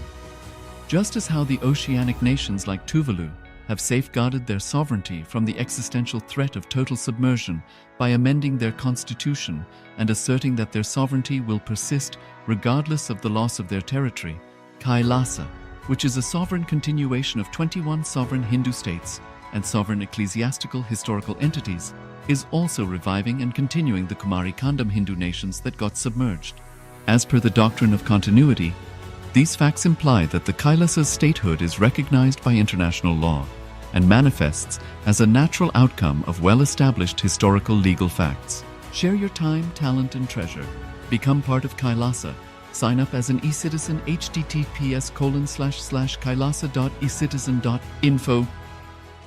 Around 5,000 years ago, at the end of Mahabharat War, the ancient enlightened Hindu civilization consisted of 10,000 Hindu traditions, or sampradayas, that existed in 56 Hindu nations, 200 Hindu kingdoms, 1,700 Hindu provinces that covered more than 6 million kilometers square of Asia. The Supreme Pontiff of Hinduism, SPH, Bhagavan Sri Nithyananda Paramashivoham, is the reviver of Kailasa, this ancient enlightened Hindu civilizational nation. Kailasa is an unbroken cultural, religious, historical, civilizational, and sovereign continuation and revival of multiple of these historical Hindu sovereign states and Hindu ecclesiastical entities. The unbroken continuity of these ancient Hindu nations through Kailasa results in the legal recognition of Kailasa as per the international customary law, particularly the doctrine of continuity. The international law, the doctrine of continuity, implies that upheavals and revolutions within a country, changes in government, territorial adjustments, measures taken during military occupation, or other internal transformations do not negate the existence of the country, do not affect the legal personality and international obligations of the country or state. The Vienna Convention on Succession of States in respect of treaties, 1978, addresses these principles of the doctrine of continuity as it outlines international law during situation of state succession or continuation. International law recognizes a state's legal personality by recognizing its identity. This perspective extends even during the period when the given state or country is annexed or occupied by a foreign power. Even in such cases, the legal personality of the state is considered to persist, enabling its subsequent re-establishment. Historical examples dating back to the 18th century include cases like Portugal and Genoa that were re-established after the Vienna Congress of 1815. More recent examples include countries such as Poland, Ethiopia, Czechoslovakia, Albania, and Austria that were re-established after World War II. Even when a nation is deprived of its territory, the nation continues to exist. Its sovereignty and international legal personality continues to persist. The Dalai Lama, as the spiritual and temporal leader of Tibet, exemplifies this principle. In 1959, the Dalai Lama was exiled and forced to flee. Despite the challenges faced, the Dalai Lama continues to advocate for the preservation of Tibetan culture and garners worldwide support for Tibetan autonomy on the global stage. Similarly, from 1309 to 1376, the Pope of Catholicism had been in exile in Avignon. Despite this, he was recognized as the head of state as well as head of the church and given full privileges of the position after their return to Rome. Even in 1861, much of the papal territories had been lost, leaving the Pope with no sovereign territory other than the papal residence and related buildings. Yet his temporal powers were still acknowledged. He was recognized as a head of state, and later, the Lateran Treaty of 1929 formally re-established papal sovereignty over the Vatican City. The Sovereign Order of Malta further exemplifies this principle, retaining international recognition as a sovereign entity despite the permanent loss of their territory upon Napoleon's invasion in June 1798. Despite such permanent loss of territory, the sovereignty and the international legal personality of the Sovereign Order of Malta continue to persist. Much later in 1894, the order settled in Rome and acquired two properties, the Magistral Palace and the Magistral Villa that received extraterritorial status. Today, the order maintains diplomatic relations with 112 countries, issues its own diplomatic passports, currency, stamps, and vehicle registration plates, and has been granted observer status in the United Nations. All these examples of state re-establishment illustrate the principle of continuity of states, as per international law, that a state's legal personality persists over time. A nation continues to exist even after a complete loss of territory. A far more striking example is of the oceanic countries, which are under the threat of their entire nation being drowned and submerged due to rising sea levels owing to global warming. In response to such existential threat of climate change, Pacific Island nations, including Tuvalu, have enacted constitutional amendments and made international declarations affirming that their nation and their sovereign rights will continue to persist, despite their entire territory being lost to the sea. This proactive stance is highlighted in the Constitution of Tuvalu Act 2023 and the Pacific Islands Forum Declaration of 2021. The Supreme Pontiff of Hinduism, Bhagavan Sri Nithyananda Paramashivoham, through the line of succession is the present 203rd Emperor of the Hindu Sovereign Kingdom of Surangi Samrajya. He was crowned on the 31st of December 2004 at the age of 26. Thus, by very same principles of the doctrine of continuity, through which the international legal personality of Portugal, Genoa, Poland, Ethiopia, Czechoslovakia, Albania, Austria, Vatican, Tibet, Sovereign Order of Malta, and several other nations has been recognized despite having undergone a period of exile, annexation, occupation by a foreign power, or despite loss of territory. The SPH Nithyananda Paramashivoham, through well-established legal and historical facts about the Hindu sovereign state of the Surangi Samrajyam, derives all sovereign rights and powers of the royal lineage of the Surangi Samrajyam as its 203rd sovereign emperor, from his inheritance and continuation of the unbroken succession of the kingdom of Surya Vamsa Surangi Samrajyam Sarvanapitha. Surya Vamsa Surangi Samrajyam, through unification with 20 other sovereign Hindu states and sovereign ecclesiastical, historical entities, became part of the United States of Kailasa, which thus became a sovereign, independent juridical state, with the SPH Nithyananda Paramashivoham as the sovereign. Just as how the oceanic nations like Tuvalu have safeguarded their sovereignty from the existential threat of total submersion by amending their constitution and asserting that their sovereignty will persist regardless of the loss of their territory, Kailasa, which is a sovereign continuation of 21 sovereign Hindu states and sovereign ecclesiastical historical entities, is also reviving and continuing the Kumari Kandam Hindu nations that got submerged. As per the doctrine of continuity, these facts imply that the Kailasa's statehood is recognized by international law and manifests as a natural outcome of well-established historical legal facts. Share your time, talent, and treasure. Become part of Kailasa. Sign up as an eCitizen https://kailasa.ecitizen.info. Around 5,000 years ago, at the end of Mahabharat War, the ancient enlightened Hindu civilization consisted of 10,000 Hindu traditions, or sampradayas, that existed in 56 Hindu nations, 200 Hindu kingdoms, 1,700 Hindu provinces that covered more than 6 million kilometers square of Asia. The Supreme Pontiff of Hinduism, SPH, Bhagavan Sri Nithyananda Paramashivoham, is the reviver of Kailasa, this ancient enlightened Hindu civilizational nation. Kailasa is an unbroken cultural, religious, historical, civilizational, and sovereign continuation and revival of multiple of these historical Hindu sovereign states and Hindu ecclesiastical entities. The unbroken continuity of these ancient Hindu nations through Kailasa results in the legal recognition of Kailasa as per the international customary law, particularly the doctrine of continuity. The international law, the doctrine of continuity, implies that upheavals and revolutions within a country, changes in government, territorial adjustments, measures taken during military occupation, or other internal transformations do not negate the existence of the country, do not affect the legal personality and international obligations of the country or state.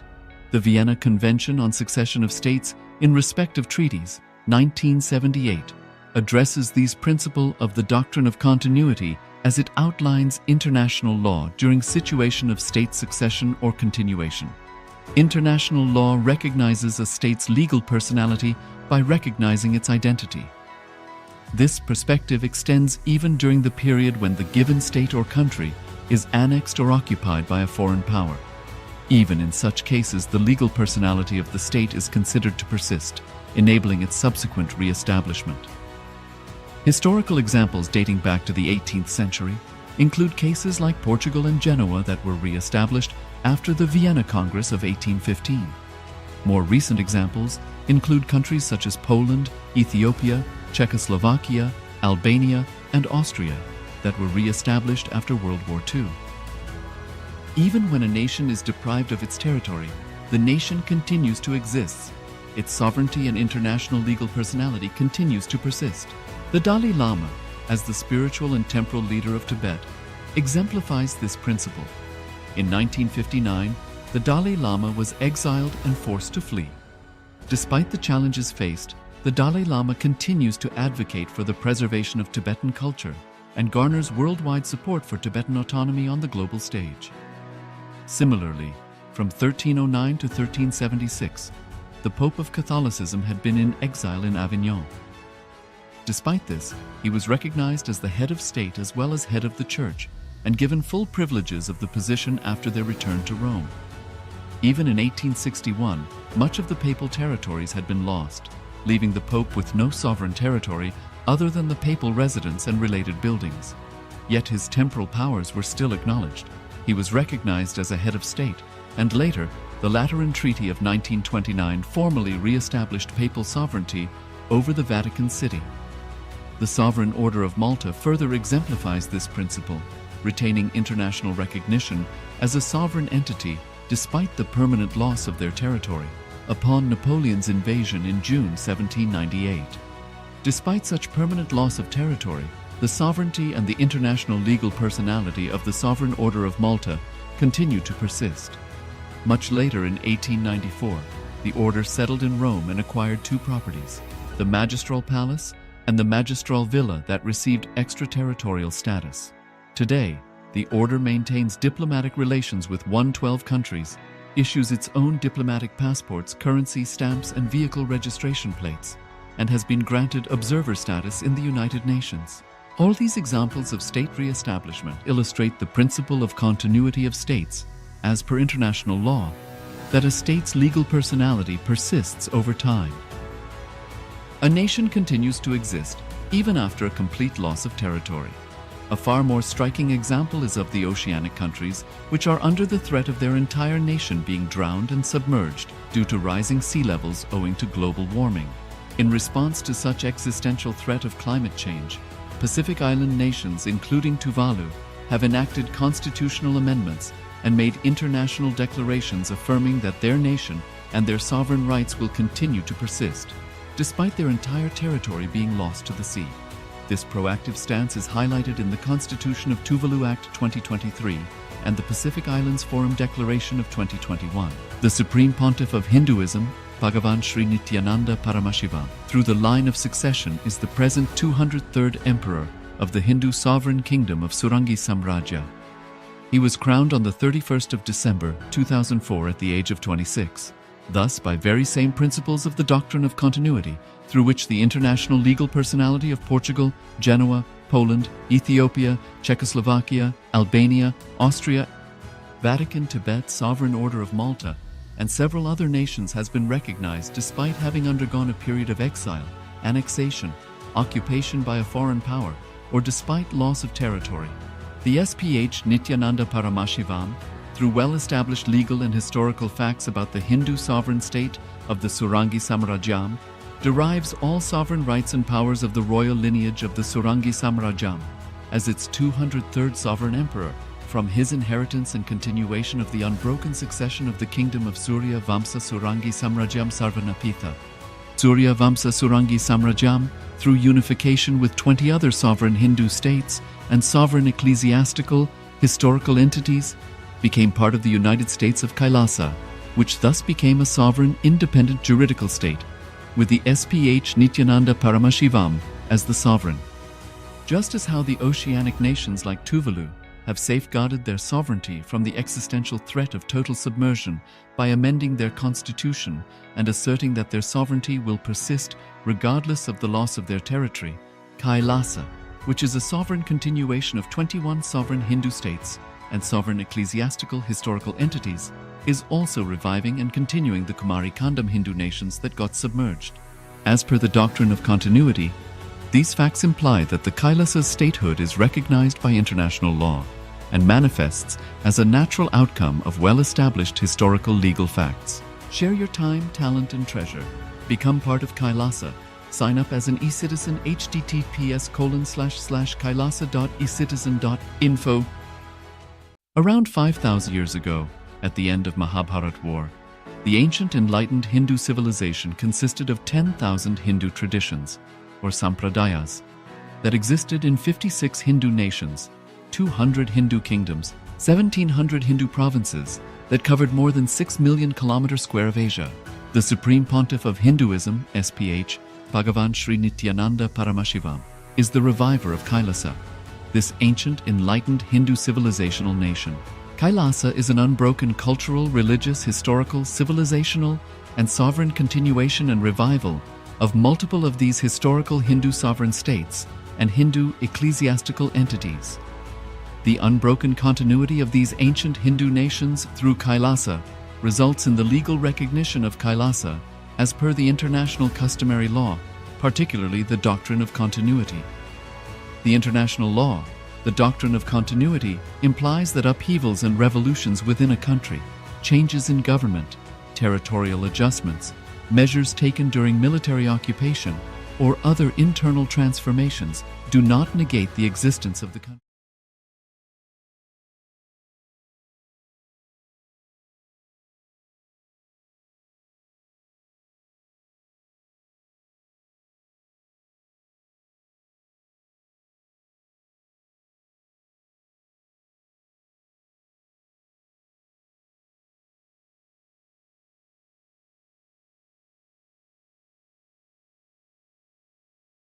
Do not negate the existence of the country, do not affect the legal personality and international obligations of the country or state.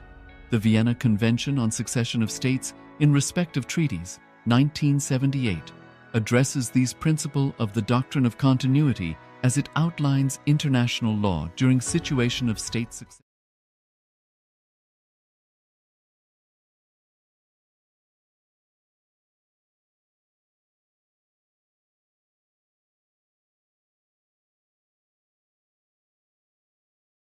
Even if you ask the question, who am I? There is an assumption that you exist. Even the question, who am I, has some assumption in this. Keneshitam patati preshitam mana kena prana prathama praiti yuktaha keneshitam vachamimam vadanti chakshushrotram kavu devo yunakti. The whole verse has no assumption.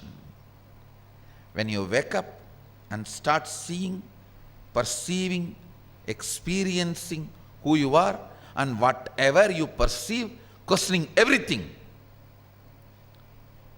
this verse actually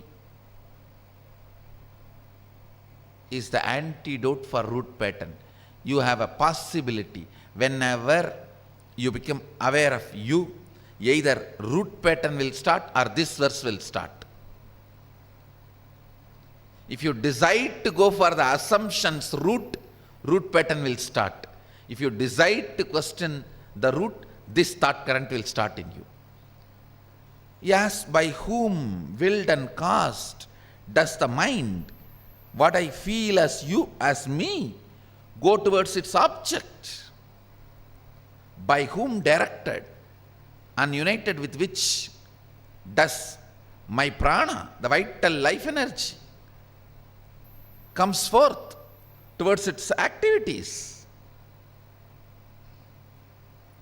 At whose will does this speech get activated?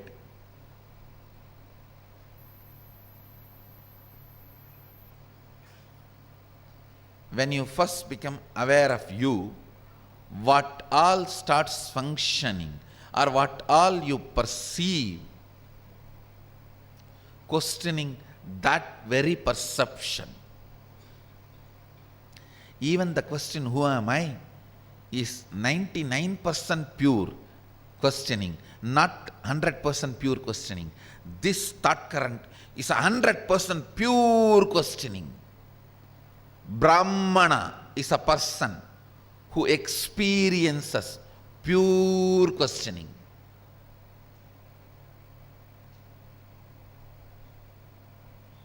Who does not question the wealth and questions everything else is Vaishya. Who does not question the authority of power and questions everything else is Kshatriya. Who never develops any unassuming pure questioning, dies spending his whole life taking order from others. Shudra. Understand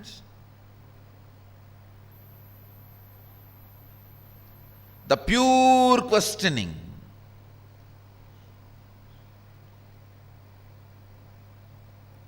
Any field you do acid wash with the pure questioning, you will become a leader in that field. Assumptions are vomit of your elders. Listen, assumptions are vomit from the elders. Any field, even if there are right conclusions, you come to the conclusion by questioning.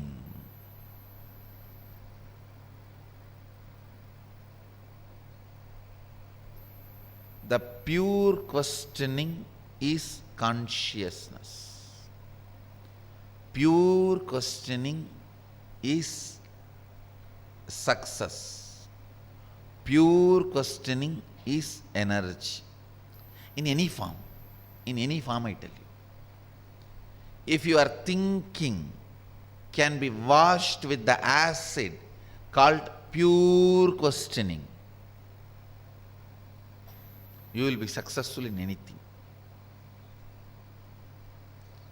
Whether you want to be a doctor, engineer, lawyer, architect, realtor, builder, bulldozer,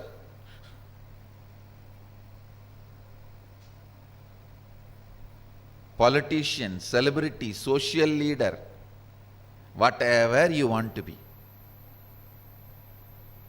adopt pure questioning. Wash yourself with the acid of pure questioning.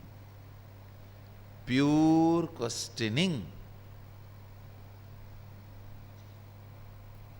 Without assumptions is God Himself.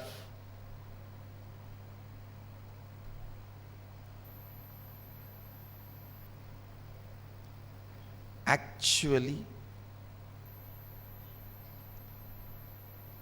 through all my programs, I only teach pure questioning.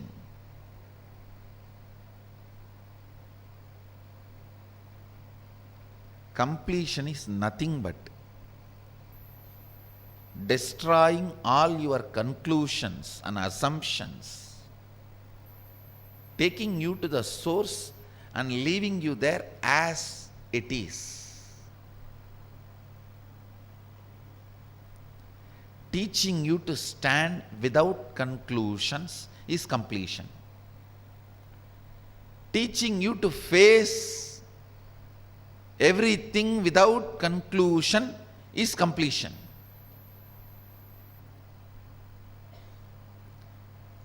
I demolish all your conclusions.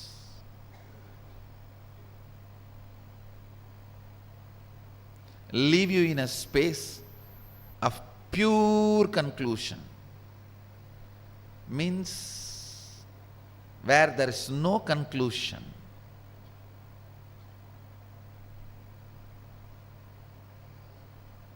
Where you stand without any conclusion.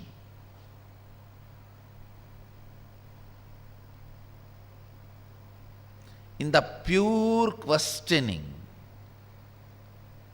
without any conclusion, if you stand powerfully, you live enlightened life. When you feel powerless about standing with pure questioning without conclusion, you start eating others' vomit, which is incompletions.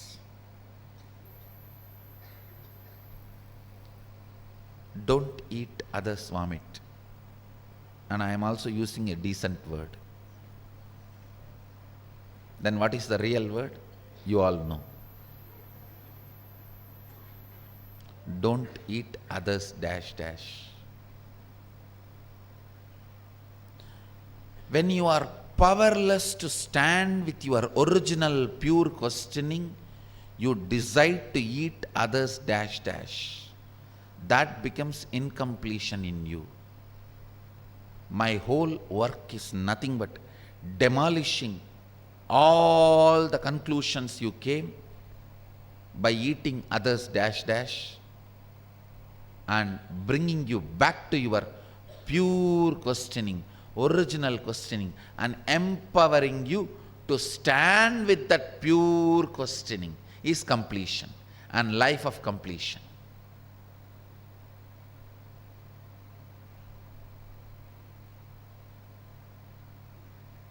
When you are 100% question mark, you get the 100% answer, which is universe.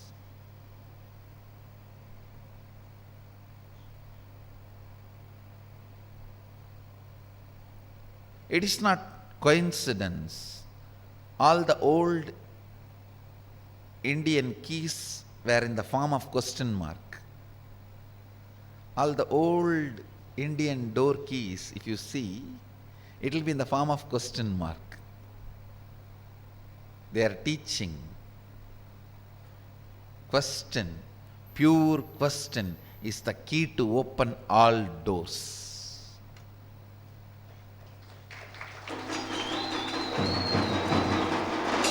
Pure question is the key to open all the doors.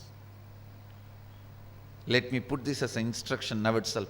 In all our Sangha, the key should be only in the shape of question mark, to remind all of you again and again. The pure question mark is only the key to open all doors. Acid wash all your assumptions.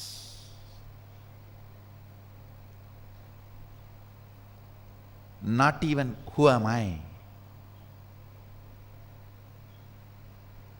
Upanishad here is not even assuming that you exist. It questions anything perceived without even assuming all this is supposed to be one. That is why I am saying even the question who am I is 99% pure, not 100%. Because the I is assumed and presumed there, which is not there.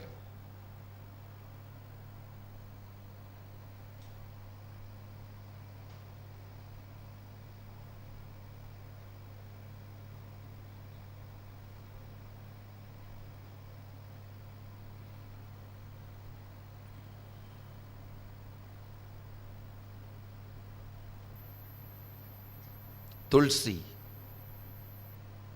Kabir,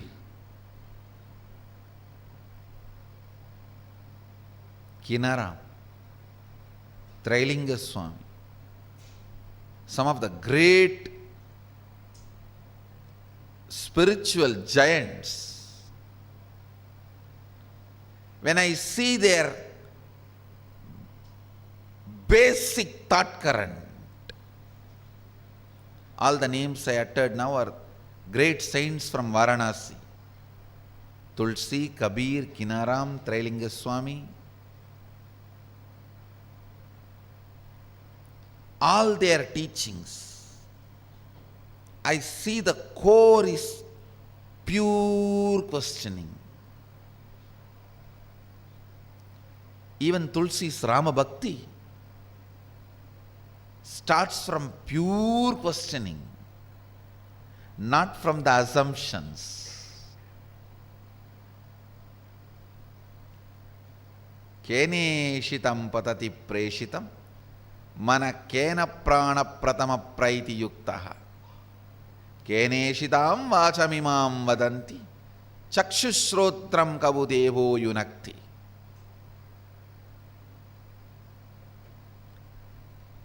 When a being starts perceiving himself, becoming aware of himself,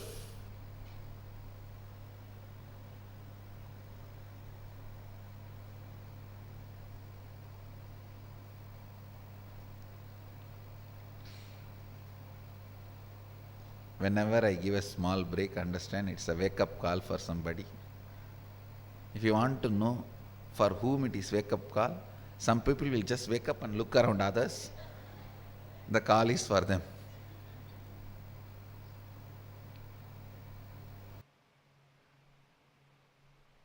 Listen.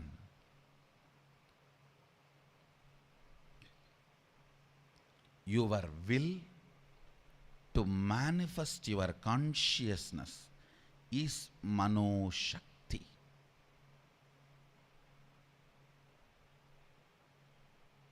Again and again and again, tons of times I have seen in my life and my disciples' life, everywhere, whether it is problems in your career, problems in your business, problems in your personal life, problems in your health, your will, Mano Shakti, is a powerful healer. A powerful,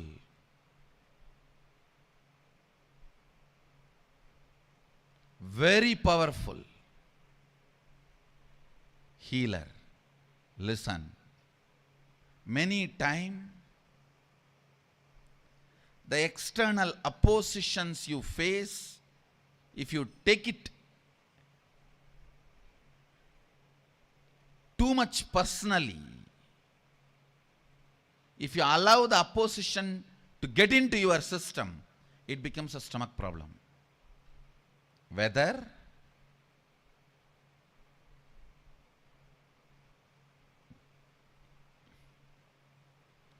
it may be a fight between you and your neighbor about parking your car.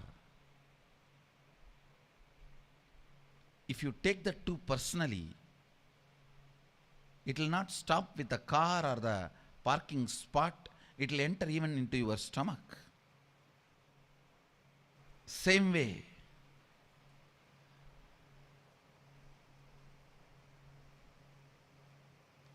the intricate, complex likes and dislikes matrix you spin in your life.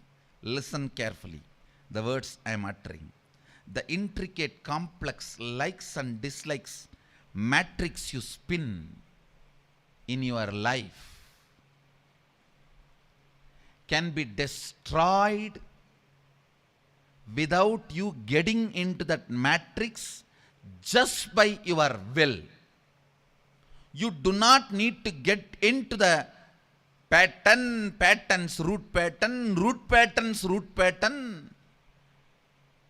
root pattern from which all root patterns come. Getting into that and completing is one path, but the will is the ultimate completion. It can make the whole matrix redundant. It can make the whole matrix redundant. Finding your thought current, and then finding the pattern of your thought current, then finding the root pattern of the pattern current, then finding the root pattern from where all root patterns come, then finding the root pattern from all the root patterns are connected, then completing. That is also a method. But if you master the science of manifesting will, actually there is no science in it. It is straightforward, street smart rudeness with you. That's all. In simple 2-line I can put it. Straightforward, street smart rudeness with you. Hey, what? I want to do this. Let me do it. That's all. No, this coffee cup. How can I move my hand and pick it up? I think now I want to pick up this coffee cup. If I do this, I may do the same thing everywhere. Will it not become a pattern? From which pattern I started liking coffee? Let me find out.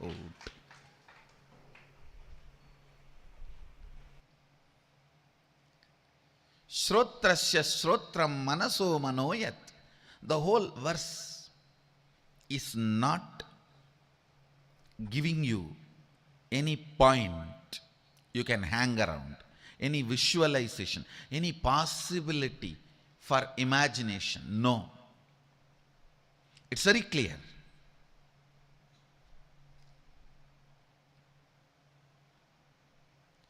Your pure questioning is turned towards you. Your pure questioning is turned towards you. Listen. Pure questioning is one of the most powerful way of integrating you. pure questioning is one of the most powerful way of integrating your intellect, mind, emotion, thought currents, everything, body.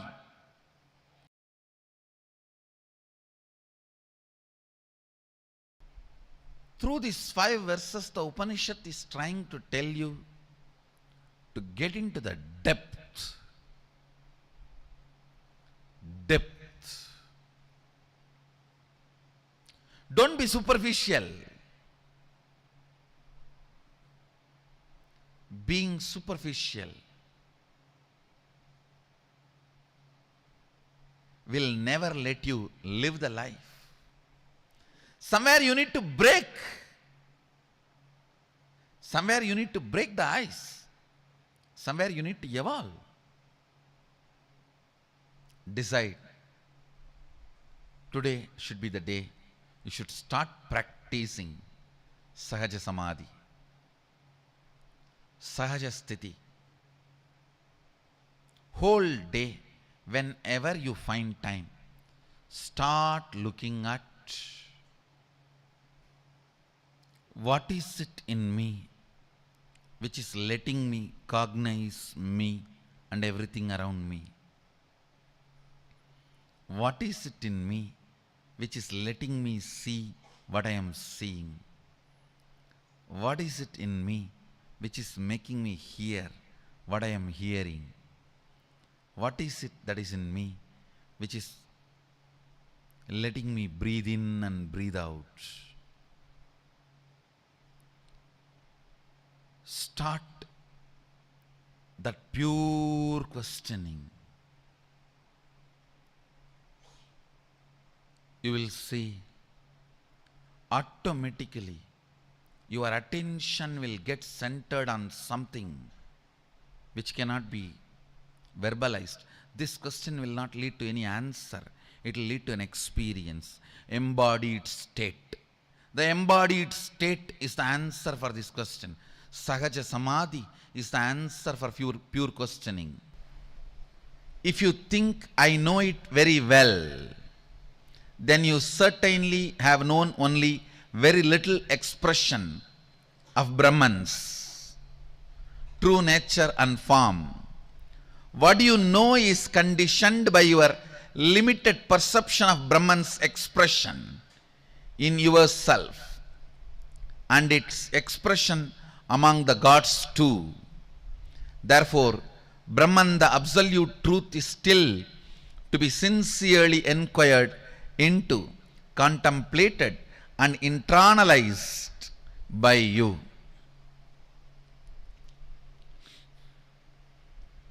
Listen, actually this is like a conversation between Guru and the disciple. Guru says, if you think I know it very well, then you certainly have known only very little expression of Brahman's true nature and form. What you know is conditioned by your limited perception of Brahman's expression in yourself and its expression among the gods too. Therefore, Brahman, the absolute truth, is still to be sincerely inquired into, contemplated and internalized by you. Listen, at certain level, attacked by tiredness, self-inflicted boredom makes you feel you know it. That's all can be known. You give up on you and you feel everything is okay. I have seen this during the manifestation of powers. People actually fight with the so-called willpower. It is not willpower, will arrogance. If I make it now, it has to happen now. If it is not happening, then it is not for me. Leave it. Willpower. What do you think as willpower is nothing but will arrogance. Real will power comes by will persistence. When you are bit by the snake called will arrogance, and that poison spreads inside you as tiredness and self-inflicted boredom. I've always seen this. When people first start seeing me, they're all excited, go gaga about all over. If they don't convert that excitement into responsibility and assimilate it as part of them, then slowly, that's the difference between fan and devotee. Fan just fans away all the excitement. Devotee makes the excitement into responsibility. Whoever has converted their excitement and devotion into responsibility, they will never be bitten by tiredness and self-inflicted boredom. Understand? I am using two words. Tiredness can sometimes can come even externally, but boredom only from internally it can come. That is why I am using the word self-inflicted boredom. When these two attacks you, you come to a decision, that's all for me, leave me. When you say, that's all for me, leave me, your life has ended. Your life has ended. Even I don't tell that. Even still I sit and work. How can the system be more and more stronger so it can radiate more and more? It can manifest more and more. It can support more and more. It can share more and more. All of you know the story of Brahma went to find the head of the Sadashiva. Vishnu went to find the feet of Sadashiva. Brahma was inflicted by tiredness and self-inflicted boredom. The problem is, when you are tired and bored, not only you are a dead weight on you, sometimes you even become cunning to cheat others. This fellow looks around and he does not want to accept his failure. Tries to show he is successful. So one flower was falling from Sadashiva's head. He catches that flower and asks, "Hi, from where are you coming?" "No, I am coming from Sadashiva's head." "How long you are traveling?" "Oh, I am traveling for 4 Brahma's age." This fellow shaken. "What? 4 Brahma's age you are coming down?" Then that flower asks, "Who are you?" He says, "I am the Brahma of this age." "Oh, I have seen 4. Your grandfather, great-grandfather, 4 of your fathers. I am coming down. Why are you coming here?" Brahma says, "No, by the way, I wanted to reach Sadashiva's head, so I am coming up." That flower laughs and tells, "Fool, I have not even been kept on the top of the head, I have been kept on the ears." So from ears I am landing. From ears, on the ears Sadashiva put me, from there I slipped and I am landing for 4 Brahma's age. Fool, when are you going to reach there? Forget about it. Then that Brahma says, "All right, can you do one favor for me? Can you be a witness for me that I reached Sadashiva's head and brought you from there?" That flower says, "After all, anyhow I am going to go there. What is there? Let me support. This is what is the disciple-disciple relationship, crime. You support, be a witness with a lot of sympathy for the crime that fellow is trying to commit. That is why both of you are cursed.